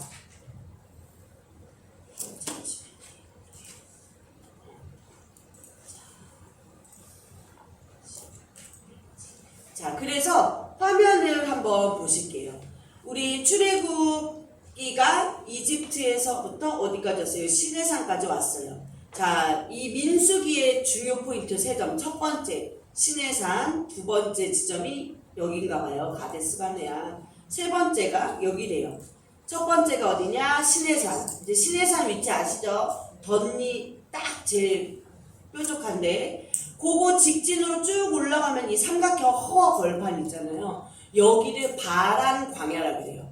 이 넓은 지대 이름이 바란 광야인데 바란 광야의 한 동네라고 해야 될까요? 딱 한 지점, 한 장소가 가데스 바네아인 거예요. 그러니까 바란 광야, 바데스 바네아. 바란 광야 발음이 어렵네요. 바란 광야, 가데스 바네아.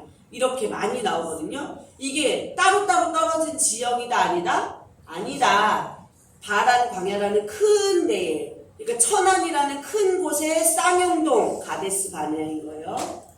그 다음에 모압 평지는 저 위에 요단강 동쪽 편 장소가 모압 평지입니다. 요 세 장소가 민수기의 경혈이래요. 자, 이 세 장소를 머릿속에 넣으셔야 돼요. 그래야 이 민수기가 이제 입체적으로 보일 수 있습니다. 그러면 거기 79페이지에 또 지도가 있어요. 세 지점 연결하는 행로 그려보기. 여기에다가 먼저 요 세 지점만 한번 그려보세요. 시내산, 가데스 바네아, 모압 평지. 다 적으셨나요? 네. 자, 그러면 우리 2번으로 넘어가서 세 지점을 하나하나 연구해 봅시다. 단가로 1번 시내산 첫 번째 지점이죠. 자, 그 밑에 양가로 1번 6월절 지킴, 계수, 이동작전. 이게 무슨 말이냐면 이동하기 전에 이스라엘 백성들이 이제 시내산을 떠나기 전에 이 시내 광야에서 했던 중요한 3가지 일이에요. 뭐를 했대요? 6월절을 지켰대요. 이 시내 광야, 시내산에서. 그리고 인구조사 명령에 따라서 사람 수를 계수하는 일을 했고요. 이동 작전을 세웠어요. 자, 그래서 그 밑에다가 말씀 본문 한번 적어보세요. 6월절 지킴 밑에는 민수기 9장, 민구장 이렇게 적으시면 되고, 계수는 민수기 1장, 그 다음에 이동 작전에는 민수기 10장,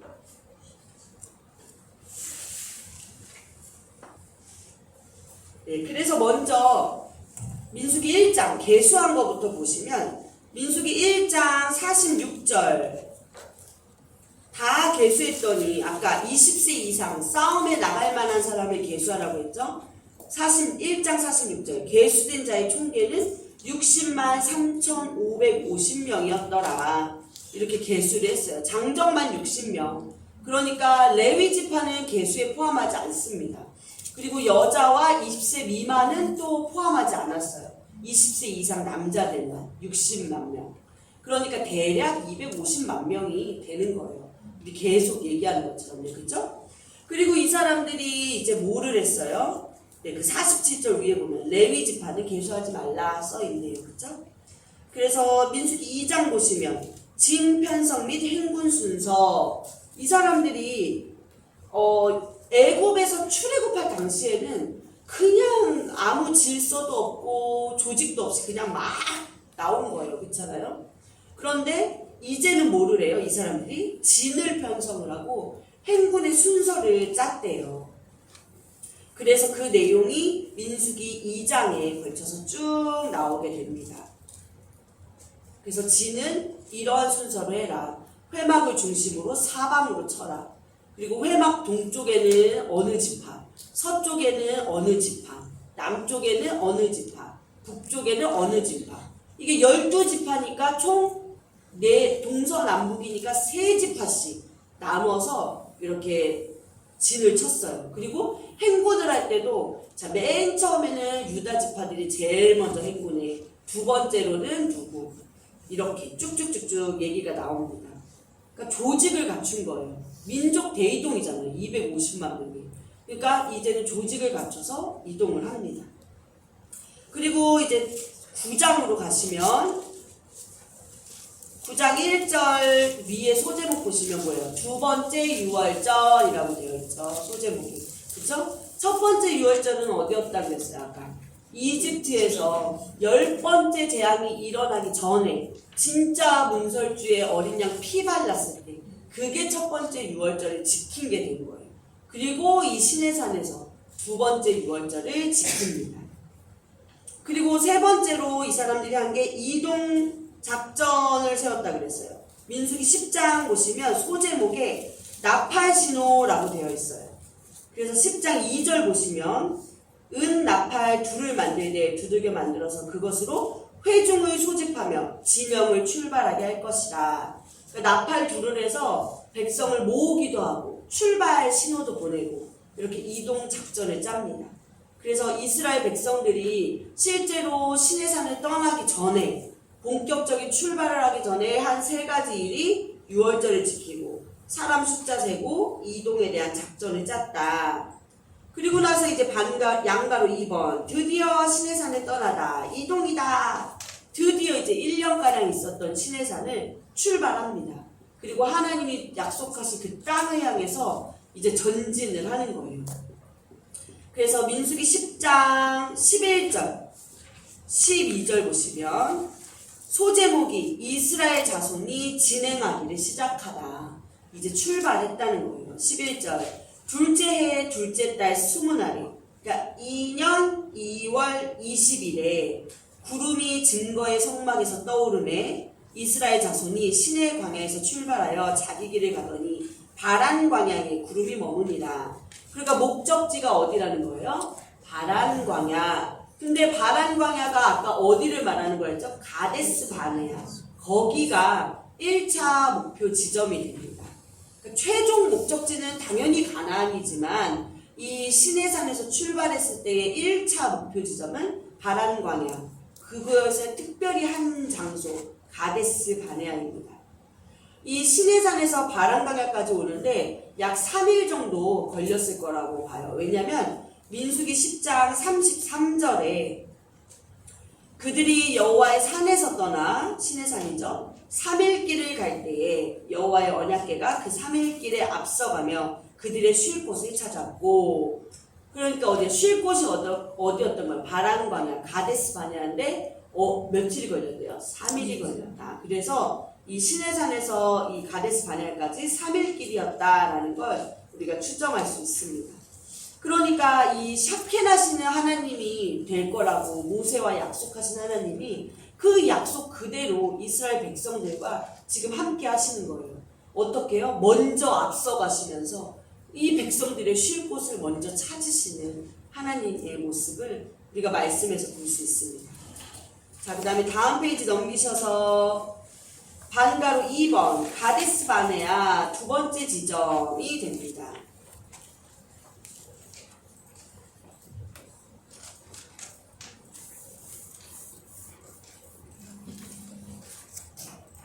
가데스 바네아 두 번째 지점.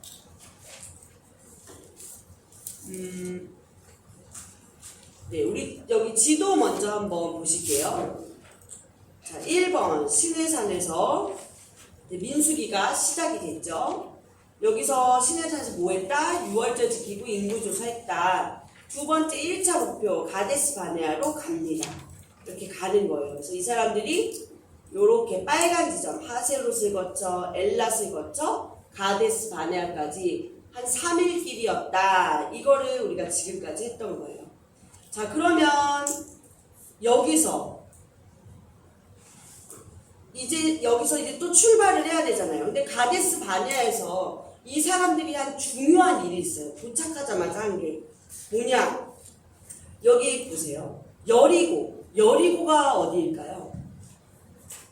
우리 요거 여리고는 모른다 치면 요 인삼뿌리 서쪽이 어디라고 그랬죠? 모압 평지. 가나안. 그쵸?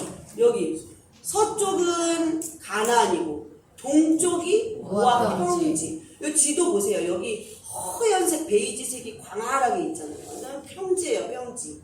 이렇게 색깔이 진한 색으로 나온다는 거 뭐예요? 산맥 같은 게 올라온다는 거예요. 그러니까 여기 완전 모압 평지. 요 산산뿌리 서쪽, 지중해를 끼고 서쪽은 가나안 땅. 이 여리고가 어디였어요? 여호수아가 가나안에 들어가서 처음으로 정복한 곳이잖아요. 여리고서 무너진 그 도시. 그러니까 여리고라고 표시하면 여기가 가나안이다 라고 생각하시면 돼요. 그러니까 이제 어디예요? 가나안이 완전 코앞에까지 온 거예요. 그리고 이 가나안 주변에는 에돔, 모압, 암몬, 아모리 이런 4개의 나라들이 존재하고 있었습니다. 그래서 가데스 바네아에서 이 사람들이 뭐를 했냐?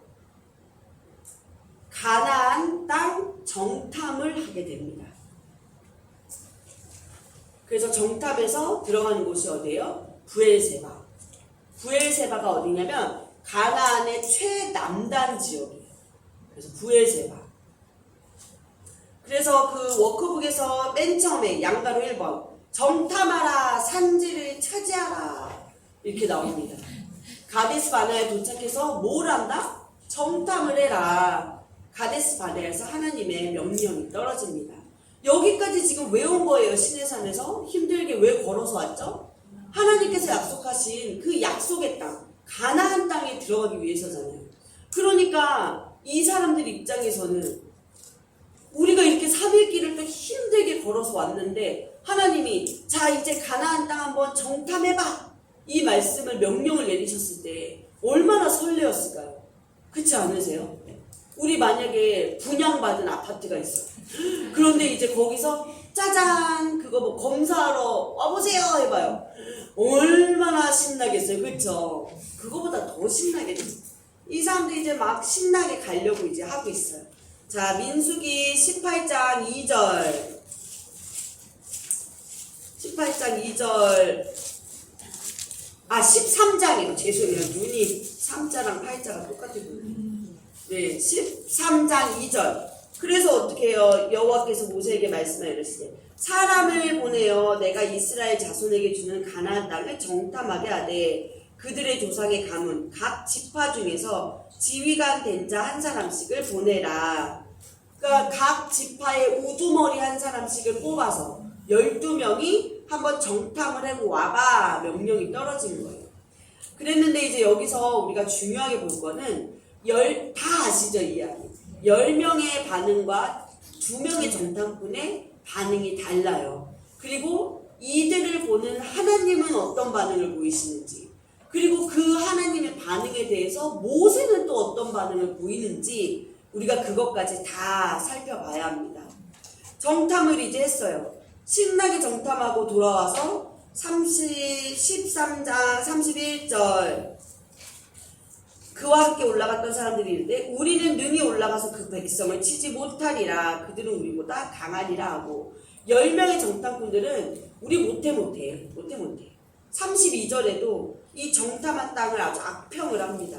그렇죠? 32절에 정탐한 땅을 악평하여 이르되 그 다음에 33절에는 네피림 후손인 아낙 자손의 거인이 있다. 우리는 완전 메뚜기야 메뚜기 이러면서 못 간다 못 가. 우리가 차지할 땅이 아니야. 이렇게 기부업을 해버립니다. 그런데 여호수아와 갈렙은 다른 보고를 하죠. 14장 7절에서 9절 말씀입니다. 뭐예요? 하나님이 함께 하시니까 우리는 할 수 있어. 그들은 우리의 먹이야. 오히려 이렇게 긍정적인 보고를 합니다.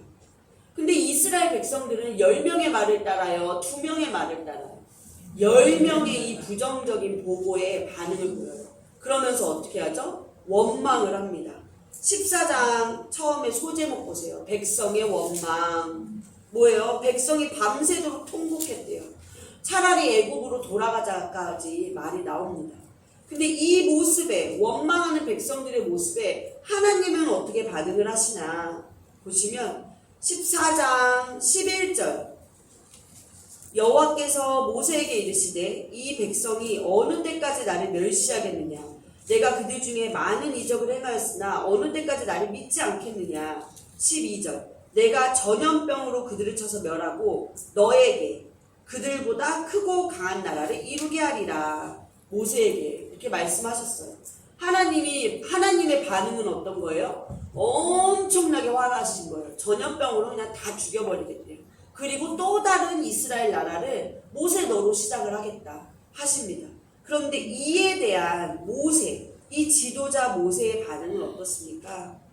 13절부터 20절까지가 그 모세의 반응이에요. 그런데 이 내용을 요약한 게 그 소제목 뭐예요? 모세가 11절 위에 소제목, 모세가 백성을 두고 기도하다. 이 모세도 되게 원망할 수 있잖아요. 이 백성들 진짜 막 너무 싫었을 것 같아요. 그렇잖아요. 근데 모세는 뭐합니까? 하나님께 다시 용서를 구하는 기도를 합니다. 그러면서 뭐라고 해요? 이 13절부터 20절까지의 내용이 뭐예요? 하나님께서 하나님의 능력으로 지금 애굽에서 출애굽에서 백성들을 이렇게 이끌고 왔는데 여기서 다 죽여버리시면 아마 주변 나라 사람들이 저거 봐, 하나님이 능력이 없으니까 여기서 이렇게 다 죽이는 거야. 아, 이러지 않겠습니까? 이거는 하나님의 이름과 영광에 먹칠이 돼요. 그러니까 제발 큰 권능을 베풀어 주십시오. 용서를 구하는 기도를 모세가 여기서 합니다. 그래서 워크북 양가로 2번, 이 모세의 간절한 기도를 들은 하나님의 결정은 뭐인 거예요? 화살표 따라가 보니까 광야 40년이 됩니다. 모세의 간구를 들으신 하나님은 전염병으로 그냥 확 다 전멸시키려다가 그래, 너의 기도를 들어주마. 대신에 차선책을 주십니다. 그게 바로 광야 40년인 거예요. 우리 14장 34절 너희는 그 땅을 정탐한 날수인 40일의 하루를 1년으로 쳐서 그 40년간 너희의 죄악을 담당할지니 너희는 그제서야 내가 싫어하면 어떻게 되는지를 알리라 하셨다 하라. 뭐예요? 40년 광야에서 방황하면서 지내라. 이게 하나님의 대책이었습니다. 광야길을 이리저리 헤매면서 막 길 찾아다니느라고 40년이 걸린 게 아니에요. 지도에서 보시듯이 가데스 바네아에서 이 가나안까지요. 생각해 보세요. 지금 시내산에서 가데스 바네아까지 걸어서 3일 걸렸대요. 그러면은 여기서 여기는 하루 조금 넘으면 갈 수 있는 거리잖아요. 그런데 40년을 여기서 뱅글뱅글 돌면서 살았다는 겁니다. 이 정탐을 한 40일, 그 하루를 1년으로 쳐서 40년, 정확히는 38년 동안 광야 생활을 하게 됩니다. 그러면서 뭐예요? 지금 지금 정탐한 거를 부정적인 반응에 반응했던 그 광야 1세대들이 이 광야에서 모두 죽도록 하나님이 하신 거예요. 그리고 이 시내산에서 나왔을 때 출애 20세 미만의 사람들, 그리고 광야 생활 가운데 태어나는 아이들이 있을 거 아니에요. 그 사람들만 광야 2세대라고 하면서 이 사람들만 이 가나안 땅에 들어가게끔 하십니다.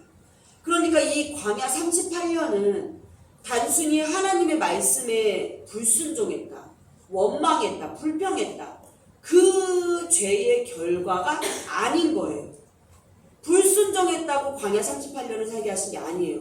하나님이 지금 화가 나신 이유, 전염병으로 다 죽여버리겠다 하신 이유가 뭐예요? 이스라엘 백성으로서의 정체성과 사명을 이 사람들이 망각했기 때문이에요. 하나님은 거기에서 화가 나시는 거예요. 그래서 모세에게 너로부터 내가 다시 나라를 시작하겠다라고 하시잖아요. 그 말씀 가운데 이 진짜 이유가 담겨 있는 거예요. 광야는 불평하고 불순종해서 생긴 결과가 아니다. 정체성을 잃어버리고 사명을 망각한 대가가 얼마나 큰지를 보여주는 겁니다. 그래서 워크북 양가로 3번 먹다 죽는 인생이 됩니다. 누가요? 광야 1세대들이. 그러니까 이 사람들이 저기 이집트에서부터 시내산에 와서 그렇게 하나님의 말씀을 언약도 맺고 율법도 받고 막 이렇게 하나님과 함께 샤켄하신 하나님과 지냈음에도 불구하고 뭐를 했어요? 자기네들의 정체성을 잃어버리고 내 사명을 잃어버리고 분명히 하나님은 이들에게 시내산에서 말씀하셨잖아요. 너희는 더 이상 애굽의 종이 아니다. 제사장 나라, 하나님 나라, 백성이다. 이 사명과 정체성을 주셨는데 그걸 직접 들은 이 광야 1세대들이 이 가나안 코앞에서 그걸 잊어버렸어요. 그랬더니 하나님이 어떻게 했다? 광야에서 먹다 죽는 인생이 되게 하셨다는 거예요. 우리 그 먹다 죽는 인생 옆에다가 한번 써보세요. 사명 감당하지 않는 공동체, 사명 감당하지 않는 인생.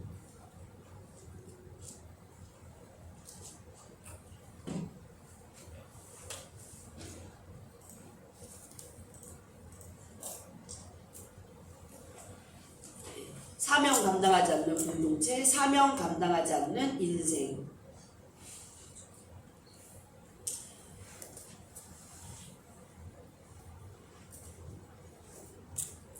그러니까 이렇게 가나안이 지금 코앞에까지 왔어요.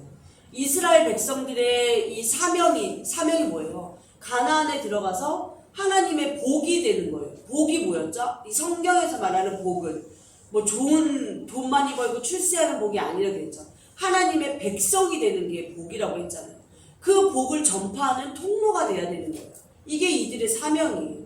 그런데 지금 가나안이 코앞에 와가지고 이제 가나안 땅에 들어가서 하나님을 선포하면 되는 거였어요.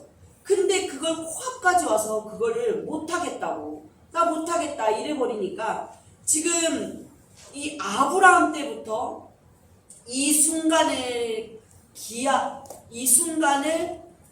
뭐 하는 거죠? 고대하시면서 기대하시면서 여태까지 역사를 끌고 오신 하나님 입장에서는 정말 우리말로 말하면 어이가 없는 거예요. 얘네 뭐야? 내가 여태까지 지금 이렇게 했는데 어이가 없으신 상황입니다. 그래서 하나님이 분노를 하신 거예요. 단지 불순종이 아니다 이겁니다. 그러니까 우리에게도 마찬가지예요. 사명을 감당하지 않는 그들이 가나안 땅에 들어가지 못한 것처럼 못한 것뿐만 아니라 광야에서 38년 동안 그냥 먹다 죽는 인생이었어요. 이렇게 허무한 인생이 어디 있습니까? 우리도 사명을 감당하지 않는다면 우리 인생 역시 그냥 먹다 죽는 인생인 거예요. 아무리 좋은 거 먹고 좋은 거 입고 좋은 거 봐도 그냥 먹다 죽는 인생입니다. 우리 교회도 마찬가지예요. 우리가 속한 공동체도 사명을 감당하지 않으면 그냥 먹다 죽는 그런 공동체가 된다는 말입니다. 그러니까 우리 오늘 매일 기도 속에서 그냥 먹다 죽는 인생 되지 않게 해주세요. 우리가 다 같이 기도해야 될 줄로 믿습니다. 그래서 이 광야에서 먹다 죽는 인생이 성경의 기록 가운데 있냐? 있다 이겁니다. 양가로 4번 38년 동안의 기록 보시면 이 민수기 13장 1절에서 20장 13절까지의 내용이 이 바란 광야 가데스 바네아 일대를 이리저리 떠돌면서 38년을 보내는 내용이 나와요. 그런데 천만 다행히도 이 가데스 바네아 이 지역은 일종의 오아시스 같은 지역이었대요. 그래서 물도 있고 그렇기 때문에 오랜 세월을 살 수 있었고 또 가축도 키울 수 있는 그런 지역이었다고 해요. 그러니까 말 그대로 먹고 사는 데는 지장이 없는데요. 근데 특별히 할 일이 없어요. 그러니까 할 일이 없으니까 하는 일도 없어요. 그냥 사는 것뿐이에요. 그냥 목숨이 붙어 있으니까 살았던 것뿐입니다. 그리고 그냥 죽어요. 진짜 먹고 살다가 38년을 살다가 죽습니다. 이 38년이라는 구체적인 말이 신명기 2장 14절에 가면 나옵니다. 제가 읽어드릴게요. 이 신명기 2장 14절. 가데스 바네아에서 떠나 세렛시내를 건너기까지 38년 동안이라.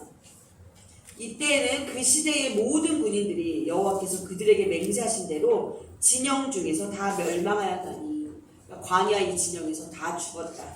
38년 성경에 정확히 나오게 됩니다. 자, 그럼 여기까지 한번 정리를 해볼게요. 자, 화면을 한번 봐주세요. 우리 아까 시내산에서 민수기 출발해서 가데스 바네아까지 3일이 걸려왔다. 여기서 제일 가데스 바네아 하면은 뭘 생각해야 돼요? 가나안 정탐. 이걸 딱 생각하셔야 돼요. 그래서 어디로 갔다? 여기로. 여기 부엘세바를 통해서 가나안을 40일 동안 정탐을 했다 이겁니다. 그런데 이 사람들이 거부를 했죠. 나 못하겠소 해가지고 하나님의 결정, 그래 그럼 먹다 죽어라. 광야 38년 생활을 하십니다. 빙글빙글 돌다가 살아요. 그리고 나서 이제 1세대가 다 죽고 나서 하나님이 다시 가나안 땅 올라가 명령을 하십니다. 그러면 저번에 어떤 분이 질문하셨어요. 그러면 왔던 대로 여기로 가면 되지. 왜 힘들게 일로 삥 돌아갑니까? 근데 이제 이 사람들은 과거의 실패 기억이 있는 거예요. 일로 가려다가 정탐꾼 10명이 벌벌 떨고 왔잖아요. 왜? 여기에서 누가 봤대요? 누가 있었대요? 안악자손 같은 거인족. 야, 키가 3m나 되는 거인들이었대요.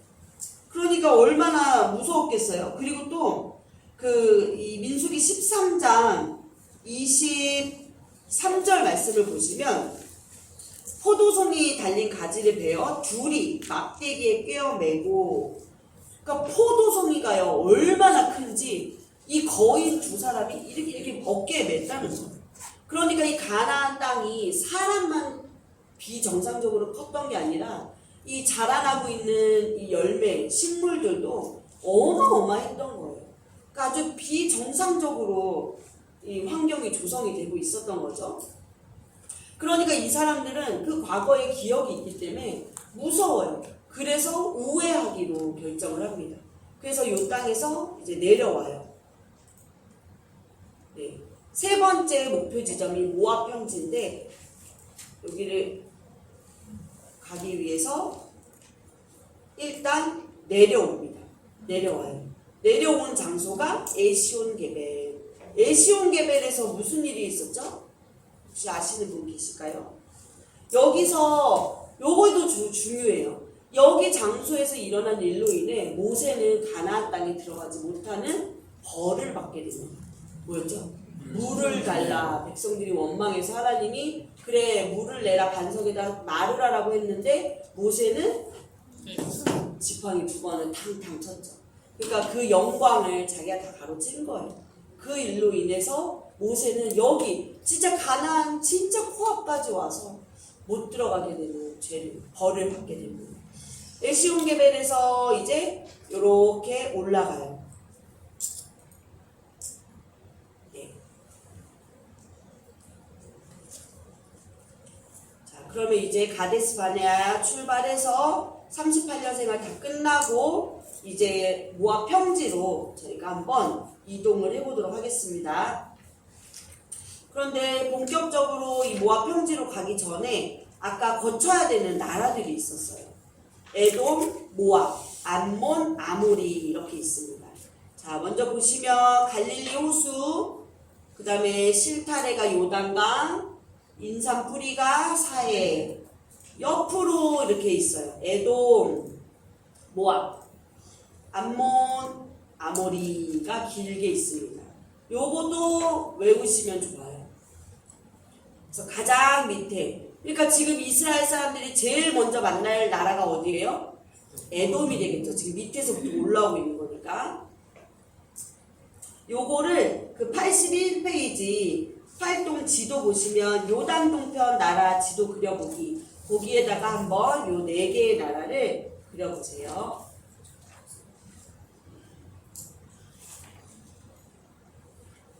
네. 그래서 이제 가데스 바네아를 떠나서 요단 동편을 점령합니다. 드디어 가데스 바네아를 떠나다 광야 2세대 이동하는 순간이라고 워크북에 나와 있어요.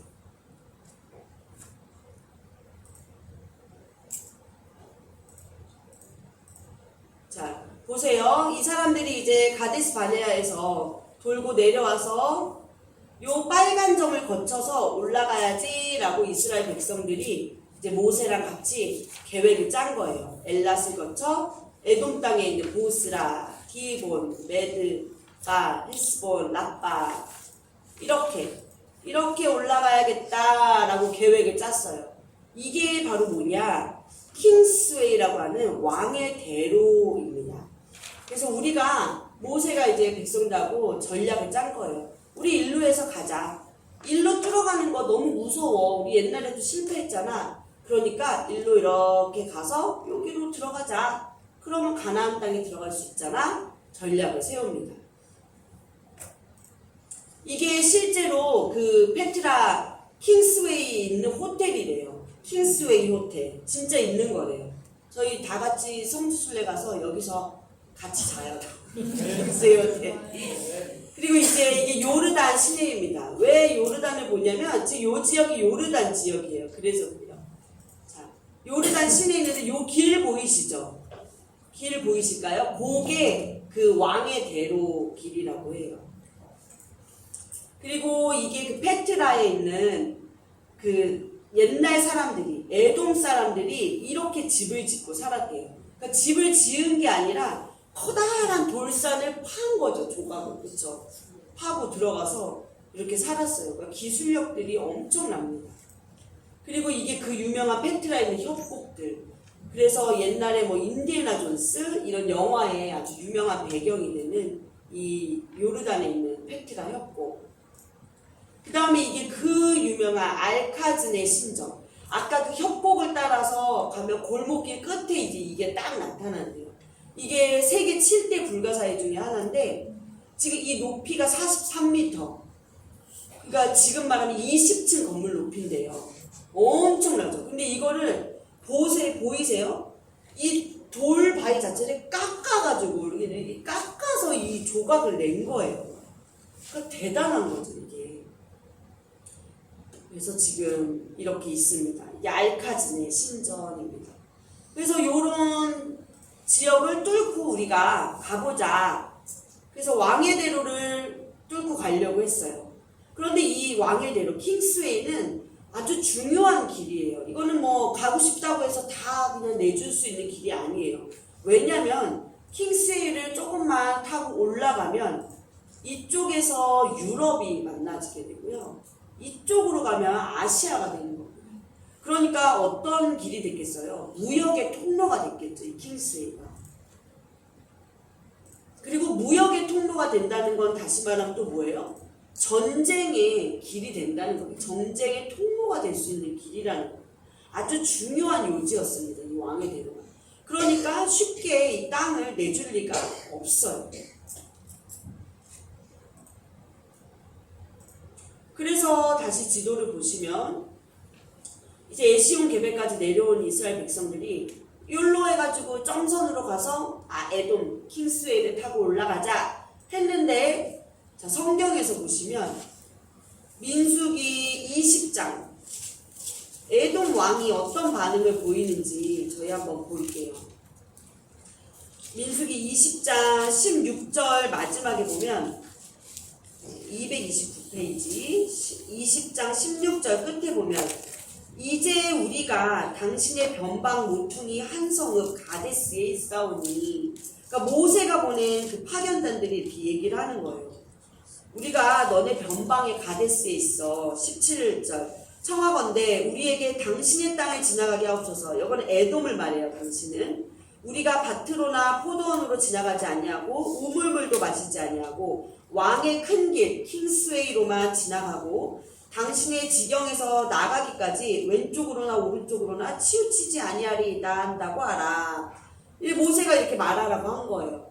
그랬는데 에돔 왕이 18절에 뭐라 그래요? 대답하되 너는 우리 가운데로 지나가지 못하리라. 에돔 왕이 단칼에 거절을 합니다.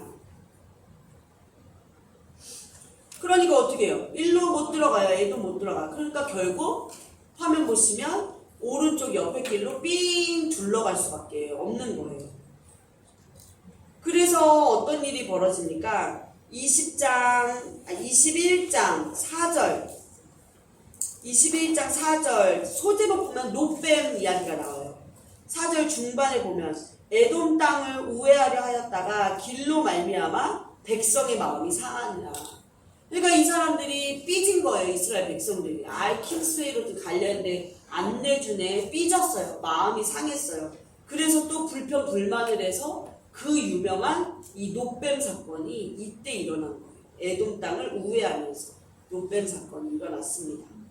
그래서 결국 길을 돌아가게 돼요. 변두리로 삥 돌아 올라갑니다. 그런데 보세요. 이런 땅들은 옆으로 지나가면 되지만 아모리는 옆으로 지나갈 수가 없어요. 이걸 뚫어야지 가나안에 가잖아요. 그렇기 때문에 아모리와는 전쟁을 할 수밖에 없었습니다. 그런데 누가 이겨요? 이스라엘이 이겨요. 이스라엘이 이겨서 요단강을 건너 가나안으로 들어가게 됩니다. 그리고 이때 이 아모리를 이기면서 차지한 땅이 모압 평지가 돼요. 제가 준비한 다른 자료를 보여드리면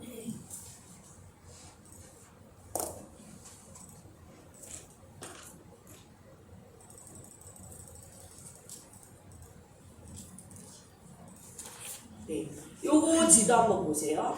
아까 가데스 바네아에서 잠시만요. 이게 정탐꾼들이 가나안 땅을 탐지한 경로입니다. 아까 가데스 바네아 여기 빨간 박스 보이시죠? 네. 그리고 그 위에 쭉 가면 브엘세바. 우리 아까 어성경 읽어질 때 지도에서는 여기까지밖에 안 났는데 실제로 이 빨간 길을 따라서 베들레헴 위에까지 정탐을 한 거예요. 그러니까 남북을 가로질러서 맨 처음에 정탐을 했어요. 그랬는데 벌벌벌벌 떨고 돌아오게 된 거죠. 그래서 이제 우회해서 이렇게 우회해서 갑니다.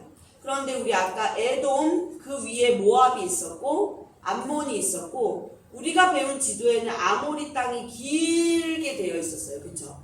그런데 원래 아모리 땅이 있고 여기 모압 평지가 있어요. 이게 뭐냐면 모압의 땅이에요. 이 모압 평지는. 그런데 이 이스라엘 백성들이 아모리와 전쟁하기 전에 모압과 아모리가 먼저 싸움이 일어난 거예요. 전쟁. 그래서 모압이 져요. 그래서 이 모압 평지를 아모리에게 빼앗기게 됩니다. 그래서 우리 지도에는 아모리가 그냥 긴 땅으로 나와 있는 거예요. 우리 어성경 지도예요. 그리고 아모리 위쪽에 그 연보라색으로 바산이라고 되어 있어요. 저희 성경에도 나옵니다. 아모리와 이스라엘이 아모리를 이기고 나서 바산왕도 이겨요. 그래서 모압 평지를 크게 얻었다라고 나오는데 이 바산은 아모리랑 나라는 다르지만 아모리에 속해 있는 나라예요. 그 종주국이라고 해야 되나요? 그러니까 어떻게 보면은 바산도 아모리의 땅 안에 들어와 있는 거죠. 근데 결과적으로 이 바산과도 이겨서 아모리를 먼저 이기고 그리고 나서 바산을 이기고 그 다음에 모압 평지는 이미 아모리가 얻어놨고 그래서 이 전체를 이 노란색하고 핑크색 요 연보라색 전체를 얻게 되는 거예요. 이 이스라엘. 아셨죠? 그러니까 이제 무슨 사건이 벌어집니까? 워크북 81페이지 그 두 번째 하이픈 두 번째 아모리 점령 요단 동편 땅 획득 지금 여기까지 한 거죠. 그러니까 바로 무슨 사건이 벌어져요? 발람과 발락 사건이 여기서 벌어지는 거예요. 이 사건들도 다 아시죠? 근데 이게 왜 여기서 벌어졌냐? 이 발락이 어느 나라 왕이에요? 모압의 왕이에요. 모압 왕. 그러니까 이 모압은 듣다 보니까 너무 어이가 없으면서 불안하기 시작했어요. 왜? 모압이 아모리랑 싸워서 졌잖아요. 그러니까 모압 입장에서는 아모리가 강국이에요? 약국이에요? 강국이에요. 그래서 자기네 땅까지 빼앗겼는데 어디서 듣보자 이스라엘이 갑자기 나타나가지고 이스라엘은 여태까지 땅도 없이 여기저기 배회하던 민족이잖아요. 그런데 어디서 갑자기 나타나더니 오메나 내가 강하다고 생각했던 아모리를 이긴 거예요. 근데 그거에서도 모자라서 바산까지 이겼어요. 그러니까 이 모압 왕 발락은 너무나 어처구니가 없으면서도 불안한 거죠. 이제 우리까지? 그렇게 해서 그래서 일어난 사건이 뭐예요? 발람과 발락 사건이 일어납니다. 이 당시에는 전쟁이 일어나기 전에는 이 주술사들이 먼저 전쟁의 승패를 점치는 그게 유행이었다고 해요. 그리고 이 당시에 발람이 아주 유명한 그런 주술사였던 거예요. 그러니까 이제 이 모압왕 발락은 이 주술사 발람에게 돈을 많이 주면서 저 이스라엘 좀 저주해줘. 우리가 행여나 전쟁이 일어나면 지도록 쟤네 좀 저주해줘. 이 저주를 청탁을 합니다. 그래서 주술사는 그렇게 저주를 하려고 했는데 어떻게 해요? 하나님이 개입하셔서 오히려 축복의 말만 계속하게 되죠. 우리 민수기 22장 35절 여호와의 사자가 발람에게 이르되 그 사람들과 함께 가라. 내가 너에게 이르는 말만 할지니라. 발람이 발락의 국관들과 함께 가니라. 뭐예요? 여호와의 사자가 발람에게 말할 거를 입에 주는 거예요. 그러니까 무슨 말만 나와요? 이스라엘 백성을 축복하는 말만 계속 나옵니다. 그래서 38절 보시면 그 밑에 발람이 발락에게 이르되 내가 오기는 하였으나 무엇을 말할 능력이 있으랴. 아까 하나님이 내 입에 주시는 말씀 그것을 말할 뿐입니다. 이 주술사 발람이 자기 입으로 고백합니다. 하나님이 나에게 주는 말만 내가 지금 할 수 있다. 그랬더니 이 포기하지 않는 발락 왕은 41절에 어디로 데리고 가요? 아침에 발락이 발람과 함께하고 그를 인도하여 바알의 산당에 오르매 바알 산당으로 데려가서 이 바알을 통해서 바알신을 빌려서 또 자기한테 유리한 예언을 듣고자 합니다. 그런데 이게 됐을까요? 안 됐을까요? 23장부터 쭉 그 내용을 보시면 이 바알신의 말로 저주하기는커녕 이 주술사 발람은 하나님의 말로 이스라엘을 축복하는 말만 계속합니다. 자, 그러니까 이 땅을 정복하러 가는 이동 여정에서 막 한참 정복 전쟁을 하고 있는데 갑자기 이 발람과 발락 사건이 이 민수기 성경에 껴들어간 이유가 있을 거 아니에요. 왜 그랬을까요? 가나안을 정복하기 전에 가나안에 들어가서 접하게 될 종교가 무엇인지를 이 사건을 통해서 미리 보여주시는 거예요. 뭐예요? 하나님 없어 여기. 하나님이 없어. 온갖 이방 신들만 가득해. 주술사들이 판을 치는 곳이야. 이거를 하나님이 이스라엘 백성으로 하여금 직접 보고 겪게 하신 겁니다. 그러니까 이스라엘 백성들로 하여금 하나님 나라의 백성들이 잊지 말아야 할 정체성과 사명을 다시 한번 일깨워 주시는 사건이에요. 그리고 하나님은 하나님의 백성을 절대 저주하지 않으시고 축복하신다. 축복으로 인도하신다는 것을 이 발람의 예언을 통해서도 우리가 알 수 있습니다. 자, 그래서 그 밑에 양 반가로 3번 요단 동편 모압 평지 이제 마지막 세 번째 지점에 왔어요. 그런데 여기 와서 양가로 1번 바로 바알볼 사건이 나타납니다. 이게 뭐냐면 우상축제예요. 민수기 25장에 기록되어 있는 우상숭배의 축제인데요. 이렇게 가데스 바네아에서 여기까지 올 동안 이스라엘 백성들은 자기들끼리만 이렇게 살았잖아요. 타 민족을 잘 보지 못했어요. 그런데 이제 전쟁에서도 다 이기고 이제 왜 모압 평지까지 획득을 했어요. 이제 가나안만 들어가면 되는 거예요. 그러다 보니까 이제 이 사람들이 이 이방 문화를 점점 접하게 됩니다. 그리고 이 모압 평지에서 이 모압 여인들의 우상 축제 그 유혹에 넘어가고 말아요. 그래서 모압 여인들이 섬기고 있는 우상이 바알부올이라는 우상이 있었는데 이 우상 앞에서 음행을 하고 제사를 드리는 행위까지 하고 말입니다. 이 사건을 바알부올 사건이라고 해요. 이 사건 때문에 전염병으로 24,000명이 죽습니다. 하나님이 그냥 심판하셨어요. 그러니까 방금 발람과 발락 사건을 통해서도 그렇고 이어지는 바알볼 사건에서도 하나님의 메시지는 동일합니다. 뭐예요? 하나님 나라 백성으로서의 정체성과 사명을 잊지 말아라. 이 메시지를 지금 하나님이 계속 던지고 계시는 거예요. 자, 그 다음에 양가로 2번 모세 마지막 무대 모압 평지에서 신명기 설교를 베풀다. 자, 이제 이스라엘 백성들이 어디까지 왔어요? 아이고. 모압 평지까지 와 있습니다. 그쵸? 모압 평지까지 들어왔어요.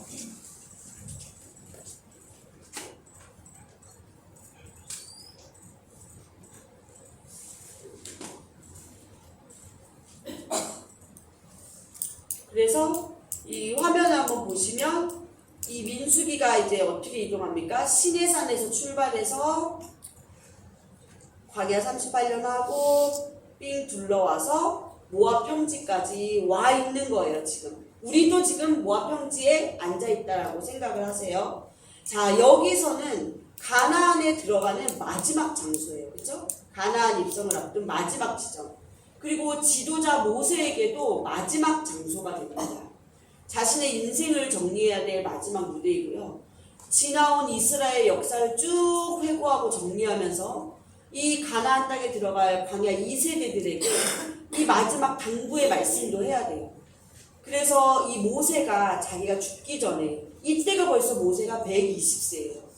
죽기 전에 이 요단 동편, 모압 평지에서 지금까지 있었던 일들을 총 정리해 줍니다. 그리고 당부의 메시지도 전해요. 설교를 하는 거죠. 그러니까 모세의 마지막 설교. 그러니까 그게 어디에서 있었다? 이 요단 동편 모압 평지. 그런데 이 모세의 마지막 설교가 성경책에서 뭐예요?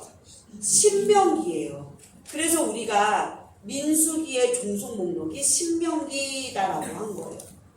이 민수기와 신명기는 지리적인 위치도 똑같이 공유하고 있고요. 그 내용도 역사가 바로 올라갑니다. 그렇죠?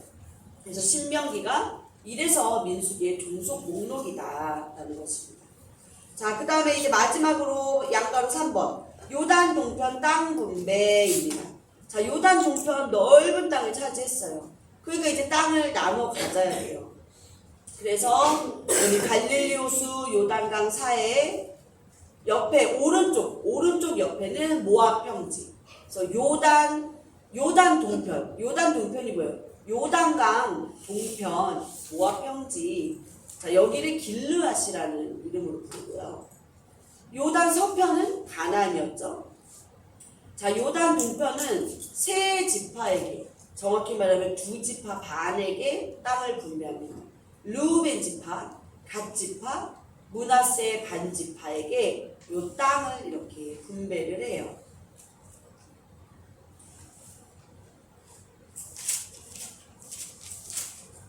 그래서 민수기 32장 33절 말씀 보시면 모세가 갓 자손과 르우벤 자손과 요셉의 아들 므낫세 반 지파에게 아모리인의 왕 시온의 나라와 바산 왕 옥의 나라를 주되, 그게 뭐예요? 아까 아모리 바산 전쟁에서 이긴 땅, 그 땅을 주되 곧 그 땅과 그 경내의 성읍들과 그 성읍들의 사방 땅을 그들에게 주네. 그렇죠? 우리는 이 땅이 어떻게 해서 얻어진 땅인지 알아요. 요 밑에 뭐가 있어요? 모압이 있는 거예요. 그렇죠? 모압 밑에 아까 누구 땅이었죠? 맨 처음 만난 땅? 에돔. 땅이 그대로 있어요. 자, 이렇게 해서 세 지파가 땅을 분배받아요. 이럼으로써 민수기 얘기가 끝이 나요. 민수기 끝부분에서 모세는 고별 설교한다. 그 고별 설교가 뭐다? 신명기다. 그래서 신명기가 민수기의 종속 목록으로 들어간다. 그리고 이제 여기까지 왔으니까 이제 남은 일은 뭐예요? 가나안 정복. 그 이야기가 뭐예요? 여호수아이다. 이렇게 됩니다. 자, 이로써 오늘 출애굽기 민수기 다 했어요. 이제 내용을 한번 총 정리해 볼게요. 한번 화면을 보세요. 우리 민수기에서 중요한 자리 시내산 가데스바네아까지 올라갔습니다. 3일 길을 걸려서 올라갔어요. 그런데 부엘세바 정탐하라고 보냈더니만 엄마 무서워 못해. 그래서 어떻게 됐어요? 광야생활 38년. 그리고 나서 이제 목표 지점이 어디예요? 모압 평지까지 가자. 그래서 예시온geb에 내려왔다가 왕의 대로를 타고 올라가려고 했지만 길을 내주지 않아서 우회합니다. 아모리 이기고 여기 위에가 바산이에요. 아모리 위에가 바산. 이겨서 획득한 땅 모압 평지를 모압 평지까지 온 게 민수기. 그리고 여기서 이 모세가 죽기 전 마지막 설교가 신명기. 그러니까 민수기와 신명기, 민수기 끝과 신명기는 같은 배경인 거예요. 그렇죠? 모압 평지. 여기까지 오늘 공부를 했습니다. 출애굽기도 그러고 신명기도 쭉 보시니까 하나도 어렵지 않으시죠? 그렇죠? 그리고 우리 창세기부터 출애굽기, 민수기 쫙 이어오실 수 있겠죠? 자, 그러면 저희 워크북 85페이지 6과 제목 한번 읽고 마치도록 하겠습니다. 시작! 모델이 되라고 나를 만들었는데 쯔쯔쯔 엉망이구나. 쯔쯔쯔 나온 거 보니까 제대로 했다 안 했다? 안 했다. 또 엉망진창 일이 생기나 봐요. 다음 주도 기대해 주시고 다음 주는 수업이 있습니다. 그렇죠? 다다음 주가 없는 거예요. 마지막 주가 없고 다음 주는 수업이 있어요. 네, 제가 기도하고 마치겠습니다. 살아서 역사하신 하나님, 오늘은 드디어 하나님 나라에 땅이 만들어지고 법이 만들어지는 이야기를 배웠습니다. 하나님이 국민을 만드시고 십계명과 율법, 법을 주시고 이렇게 하나님 땅을 주시는 이야기를 통해서 하나님 나라를 세우고자 하시는 그 뜻을 우리가 이제 분명히 알게 되었습니다. 하나님, 우리가 이제 교회 밖을 나가면서 우리의 일상의 삶이 또 시작되는데 하나님이 주신 정체성과 사명을 우리가 다시 한번 곱씹어보는 시간 되게 하여 주시옵소서. 그래서 내가 주님이 주신 사명대로 살고 있나, 나의 정체성은 무엇인지 돌아보는 시간 되게 하시고 하나님의 뜻에 부합하는 그런 인생 되게 하여 주시옵소서. 그저 먹다 죽는 인생 되지 아니하도록 하나님 우리를 붙들어 주시옵소서. 돌아가는 길도 주님이 붙드시고 인도하실 것을 믿사오며 예수님의 이름으로 기도드립니다.